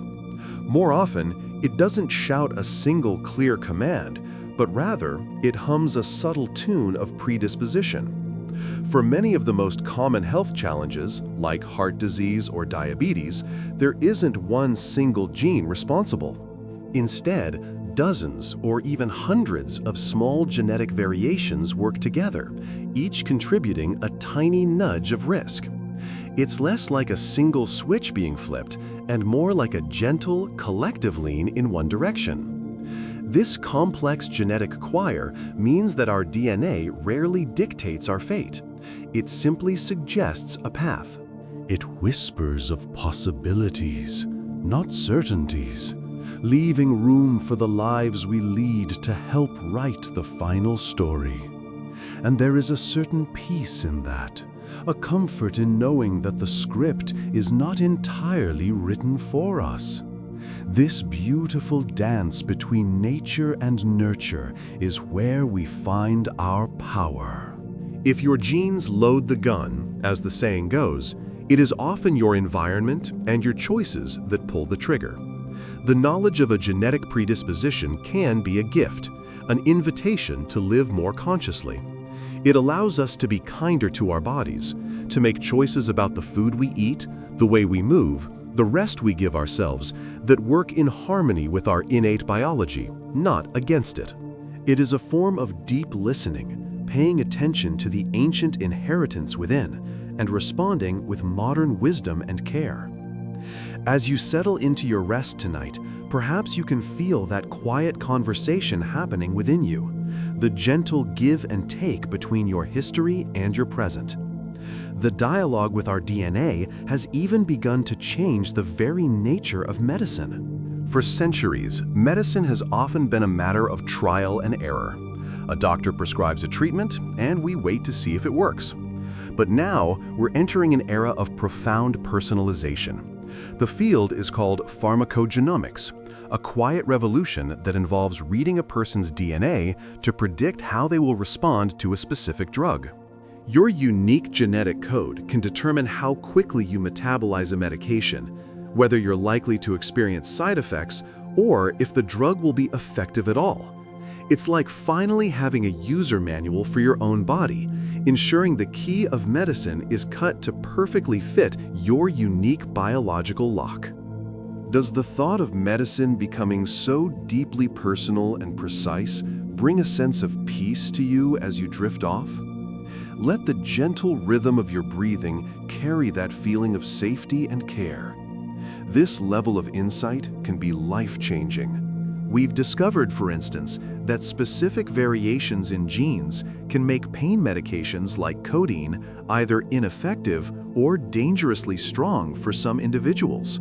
For others, genetic markers can predict a severe reaction to a cholesterol-lowering drug. This isn't science fiction. It is happening now. A slow and steady shift towards a future where treatments are no longer one-size-fits-all, but are tailored to the individual whispers of our own DNA. It's a future of gentler, more effective healing. Perhaps one of the most well-known examples of this predictive power came with the discovery of the BRCA1 and BRCA2 genes. Scientists found that certain mutations in these genes, which are meant to be tumor suppressors, dramatically increase a person's risk of developing certain cancers. This discovery didn't provide a cure, but it provided something just as powerful: knowledge. It gave people the ability to see a potential storm on the horizon, allowing them to take preventative measures, to be vigilant, to make choices that could save their own lives. It transformed a genetic roll of the dice into a manageable piece of information, a map that could be used to navigate a safer path forward. And to help us read these intricate maps, a new kind of guide has emerged: the genetic counselor. These are the translators, the storytellers, who can take the complex, often intimidating language of genomics and turn it into a human conversation. They help people understand what a genetic test result means for them, for their family, for their future. They provide not just data, but context, compassion, and support, sitting with people as they process this deeply personal information about the code that makes them who they are. It is a role that bridges the gap between the laboratory and the human heart. The ultimate dream, of course, is not just to read the whispers of our DNA, but to gently edit them, to correct the typos that cause so much suffering. And with technologies like CRISPR, we are standing at the threshold of that very possibility. CRISPR is often described as a pair of molecular scissors, but it's more like the find and replace function in a word processor. It can be programmed to find a specific, faulty sequence of DNA, snip it out, and replace it with the correct version. The potential is breathtaking. For the first time, we can imagine a future where inherited genetic diseases are not just managed, but cured at their source. The delivery of these genetic fixes is just as ingenious. Scientists are learning to harness the natural abilities of viruses. They can take a harmless virus, remove its own genetic material, and use its hollowed-out shell as a tiny biological delivery van. This microscopic messenger is then loaded with a healthy copy of a gene and sent into the body, where it does what viruses do best. It finds its way into our cells and delivers its cargo. It is a beautiful example of turning a potential foe into a powerful ally for healing. A microscopic Trojan horse filled not with soldiers, but with hope. And as we peer deeper into the machinery of our genes, we uncover ever more subtle layers of control. We're now beginning to understand that the story is not just about the sequence of DNA letters themselves, but also about how those letters are read. This is the world of epigenetics. Imagine your DNA as a vast library of books. Epigenetics is like the collection of sticky notes and bookmarks left by a librarian, indicating which books should be read often, which should be read quietly, and which should be left on the shelf. These epigenetic marks don't change the words in the books, but they profoundly change which stories are told. These marks can be added or removed based on our life experiences, the food we eat, the stress we endure, the air we breathe. This means that our lives can leave a physical imprint on our genome, influencing which of our genes are switched on or off. It's a stunning realization, a direct biological link between our day-to-day existence and the deepest functions of our cells. It means that the choices we make for our own well-being are not just fleeting actions. They are conversations with our own genetic code, whispers that can echo for years to come, gently shaping the expression of our innermost selves. And so, after journeying through the vast, microscopic history written inside ourselves, we find ourselves at the edge of a new frontier. We have learned to read the language of life, and now we are beginning to write in it. The gaze of the future is looking back at us through the very lens of our own genetics. And what it sees is a world of possibility that feels as boundless and quiet as the night sky. The story of DNA is no longer just about where we have come from. It is now about where we choose to go. This new chapter is being written with tools of incredible precision, like the CRISPR-Cas9 system. It's often described as a pair of molecular scissors, but it's more elegant than that. Imagine a biological word processor with a perfect find and replace function. It can scan through the 3 billion letters of your genome, locate a single specific misspelled word, a faulty gene, and carefully, cleanly replace it with the correct spelling. This isn't science fiction playing out in a distant future. It is a reality unfolding now, offering the first true glimmers of hope for curing hereditary diseases like sickle cell anemia or Huntington's at their source. It is the art of healing from the inside out, a gentle correction of the code, much like how a deep and peaceful sleep allows our bodies the quiet space they need to mend and repair, cell by tiny cell. This ability to edit our own blueprint naturally leads to a profound shift in how we approach medicine itself. For centuries, medicine has been a practice of averages, of treatments designed for a typical person who doesn't truly exist. The future, however, is deeply personal. It lies in the field of pharmacogenomics, the study of how your specific DNA affects your response to drugs. Soon, a simple genetic test could tell a doctor not just which medicine will work best for you, but which ones to avoid, preventing dangerous side effects before they ever have a chance to happen. It is a future where treatment is no longer a matter of trial and error, but a conversation between your doctor and your own unique genetic code. A future of care, tailored as intimately to you as your own dreams. As you settle in tonight, just imagine that for a moment. A world where healing is as unique as you are. If you could ask your own DNA one question about your health or well-being to help you on your journey, what would you be most curious to learn? Let that thought drift gently in your mind. But the future of DNA extends far beyond the confines of our own bodies. Its incredible density and stability have opened up a new, almost unbelievable possibility. Using DNA as the ultimate data storage medium. All the books in the world, all the music ever recorded, every film ever made, all of it could theoretically be stored in a container of synthetic DNA about the size of a teacup. A single gram can hold more than 200 million gigabytes of information, and it can last for thousands of years with no power required. It is nature's own hard drive, perfected over billions of years. Imagine the entirety of human knowledge encoded into a few specks of dust, a library that could survive civilizations, waiting patiently for a future mind to read it. It transforms our understanding of permanence, suggesting our stories could be archived not on fragile disks or servers, but in the same language that archives life itself. And if we can read the stories of the past, perhaps we can also invite them back into the present. The concept of de-extinction, once a fantastical dream, is now a serious scientific endeavor. Using ancient DNA, carefully recovered from permafrost or fossilized remains, scientists are working on methods to bring back species long lost to time. This isn't about creating theme parks, but about ecological restoration. The goal is to resurrect keystone species, like the woolly mammoth, whose presence could help restore the health of Arctic ecosystems. It's a quiet, careful process of genetic editing and engineering, a slow and deliberate attempt to mend a broken thread in the web of life.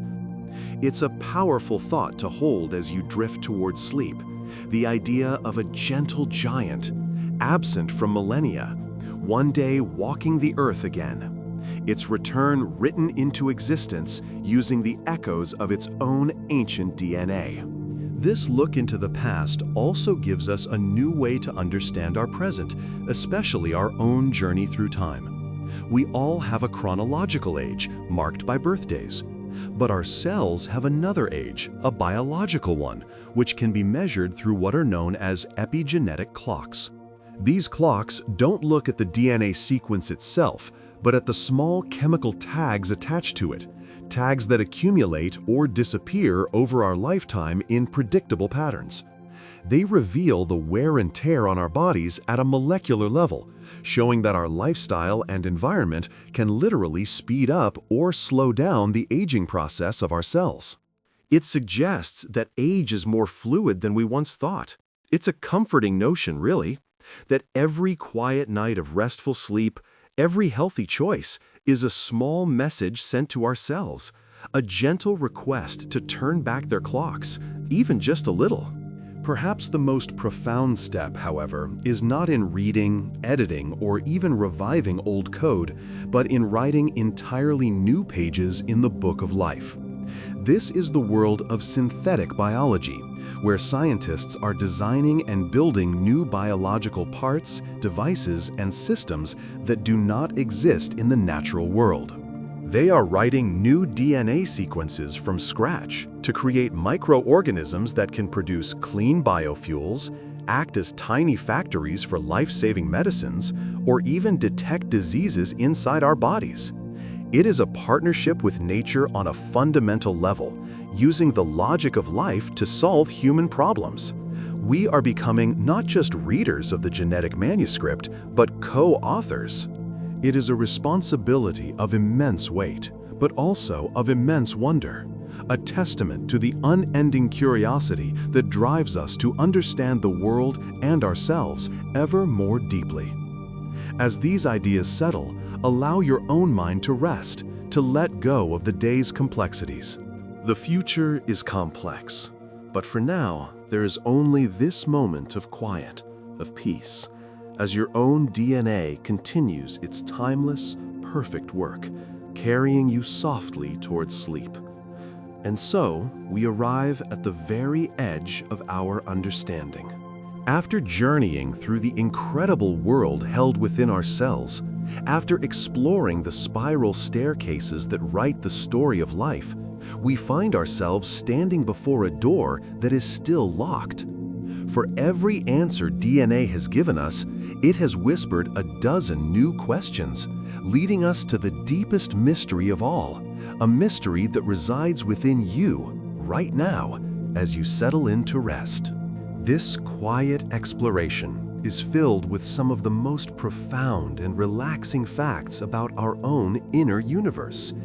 If you find this kind of calming science helps you unwind, a simple click on the like and subscribe buttons helps our channel reach others who are also looking for a peaceful end to their day. Now, let your mind drift. Let go of the day's concerns and consider this. After decades of mapping and sequencing, we have come to the astonishing realization that we can only truly account for about 2% of our DNA. The other 98% was once dismissed as junk, evolutionary leftovers from a forgotten past. But we now know this couldn't be further from the truth. This vast, unread portion of our genome is not junk at all. It is the dark matter of our biology. It doesn't build proteins directly, but instead it orchestrates the entire symphony. It is filled with millions of switches, dimmers, and enhancers that tell our genes when to turn on, how loudly to play their note, and when to fall silent. It is the conductor of the orchestra, and we are only just beginning to learn its language. The control it exerts is almost impossibly complex. Imagine a single light switch in your home. Now imagine that this switch is controlled by 100 other switches, some located in different rooms, some even in a different house. This is how our DNA works. A regulatory element can be millions of base pairs away from the gene it controls, with the DNA strand looping and folding through three-dimensional space to bring them together at just the right moment. This intricate choreography is happening constantly in every one of your trillions of cells, a silent, beautiful dance that sustains your life while you sleep. And layered on top of this physical code is another, more ethereal set of instructions. This is the world of epigenetics, a ghost in the machine. Your life experiences, the food you eat, the air you breathe, the stress you feel, can leave tiny chemical marks on your DNA. These marks don't change your genes, but they can change how your genes are read, like putting sticky notes on a page of a book that say, "Read this part louder," or "Skip this chapter." Incredibly, some of these epigenetic marks can be passed down through generations, meaning the life of your great-grandmother could be subtly influencing the expression of your genes today, a quiet inheritance of experience written in invisible ink. Does that resonate with you? Is there a peculiar habit, a specific talent, or a feeling that runs in your family, one that feels deeper than simple learned behavior? It's fascinating to wonder what stories our own DNA might be telling. The complexity of an organism isn't even determined by the number of genes it has. This is one of biology's great paradoxes.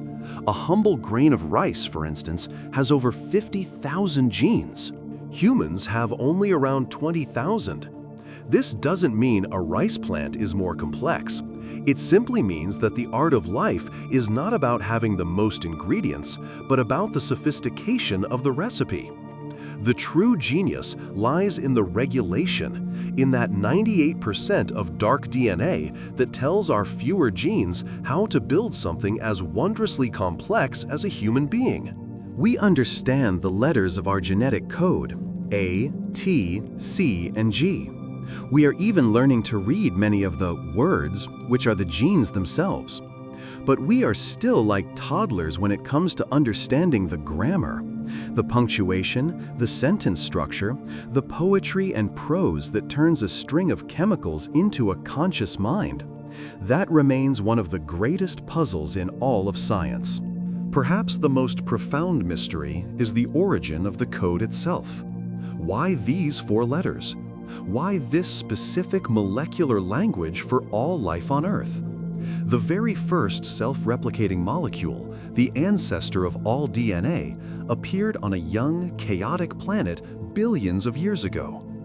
How it formed is a question that touches on the very definition of life. One leading idea, the RNA world hypothesis, suggests that before DNA, life was orchestrated by its simpler, more versatile cousin, RNA. RNA can both store information like DNA and act as an enzyme to carry out chemical reactions, making it a perfect candidate for life's first spark. It was a simpler time, a simpler code. that eventually gave way to the more stable, elegant double helix we carry today. As you lie here, in the stillness of the night, what deep mystery of the universe do you find most beautiful or calming to think about? For some, it is the stars, but for others, it is this inner cosmos. And what about the most complex thing our DNA builds? Our consciousness. The brain, with its 100 billion neurons, is constructed from the instructions in our genome. Yet, nowhere in those 3 billion letters of code can we find the word for love, or the gene for awe, or the sequence for self-awareness. Consciousness seems to emerge from the system, a property so profound that we have no real scientific explanation for it. Your ability to think, to dream, to feel, to be aware that you are listening to these words right now is the ultimate product of this ancient code and its greatest secret. The story of DNA is also not as linear as we once thought. It isn't just passed down neatly from parent to child. Life has found ways to share its secrets laterally. Through a process called horizontal gene transfer, organisms can swap bits of DNA. This is especially common in the microbial world, but it has happened to us too. Around 8% of the human genome is not originally human at all. It is the DNA of ancient viruses that inserted themselves into our ancestors' code millions of years ago. We are, in a very real sense, a mosaic of life's long and collaborative history. This genetic sharing can also mean that evolution doesn't always move at a glacial pace. The DNA record shows that life can exist in long periods of stability, followed by sudden, rapid bursts of change, often after a major environmental shift. The code is resilient, but it is also profoundly adaptable. This amazing adaptability extends even to our technology. The sheer density of information that can be stored in DNA is mind-boggling. All of the data ever created by humanity, every book, every movie, every song, every website, could theoretically be stored in a few kilograms of synthetic DNA. It is a stable, long-lasting archive, a potential library of human knowledge that could far outlast any hard drive. If you could store one single piece of information, one memory or feeling, to be preserved for 10,000 years, what would it be? Ultimately, the DNA within you right now raises a beautiful philosophical question. How much of you is it? While your genes lay out the blueprint for your body and predispose you to certain traits, they are not your destiny. The mystery of the self is that it exists in the interplay between this ancient biological script and the unique, unrepeatable experiences of your life. Even with a perfect reading of someone's entire genome, we cannot predict the person they will become. There is too much music between the notes, too much poetry between the lines. There is still room for chance, for choice, for the unwritten story you create every day. The deepest mystery is that even after decoding our entire biological instruction manual, the individual remains a wonderful surprise. As these calming facts about our own blueprint wash over you, how does it make you feel? Does it make the world feel more connected, more intricate, or simply more wondrous as you prepare to fall asleep? And that leads us to the final cosmic question. Is DNA the only way? Is the elegant double helix the universal solution for life? The one language that will be found on any world that harbors it? Or is it just Earth's local dialect? Perhaps, somewhere out there in the vast, quiet darkness between the stars, life has found another way to write its story, with a different chemistry, a different code, creating beings we can't even imagine. For now, the DNA within you is the only library of life we know. It is an unbroken thread connecting you back to the very first cell, a legacy of 4 billion years of survival, innovation, and existence. And it is the most profound mystery, resting peacefully within you, as you drift now into a well-deserved sleep. If this journey into the quiet wonders of science has helped you relax tonight, I hope you'll subscribe and join us again for more relaxing facts to help you unwind and fall asleep.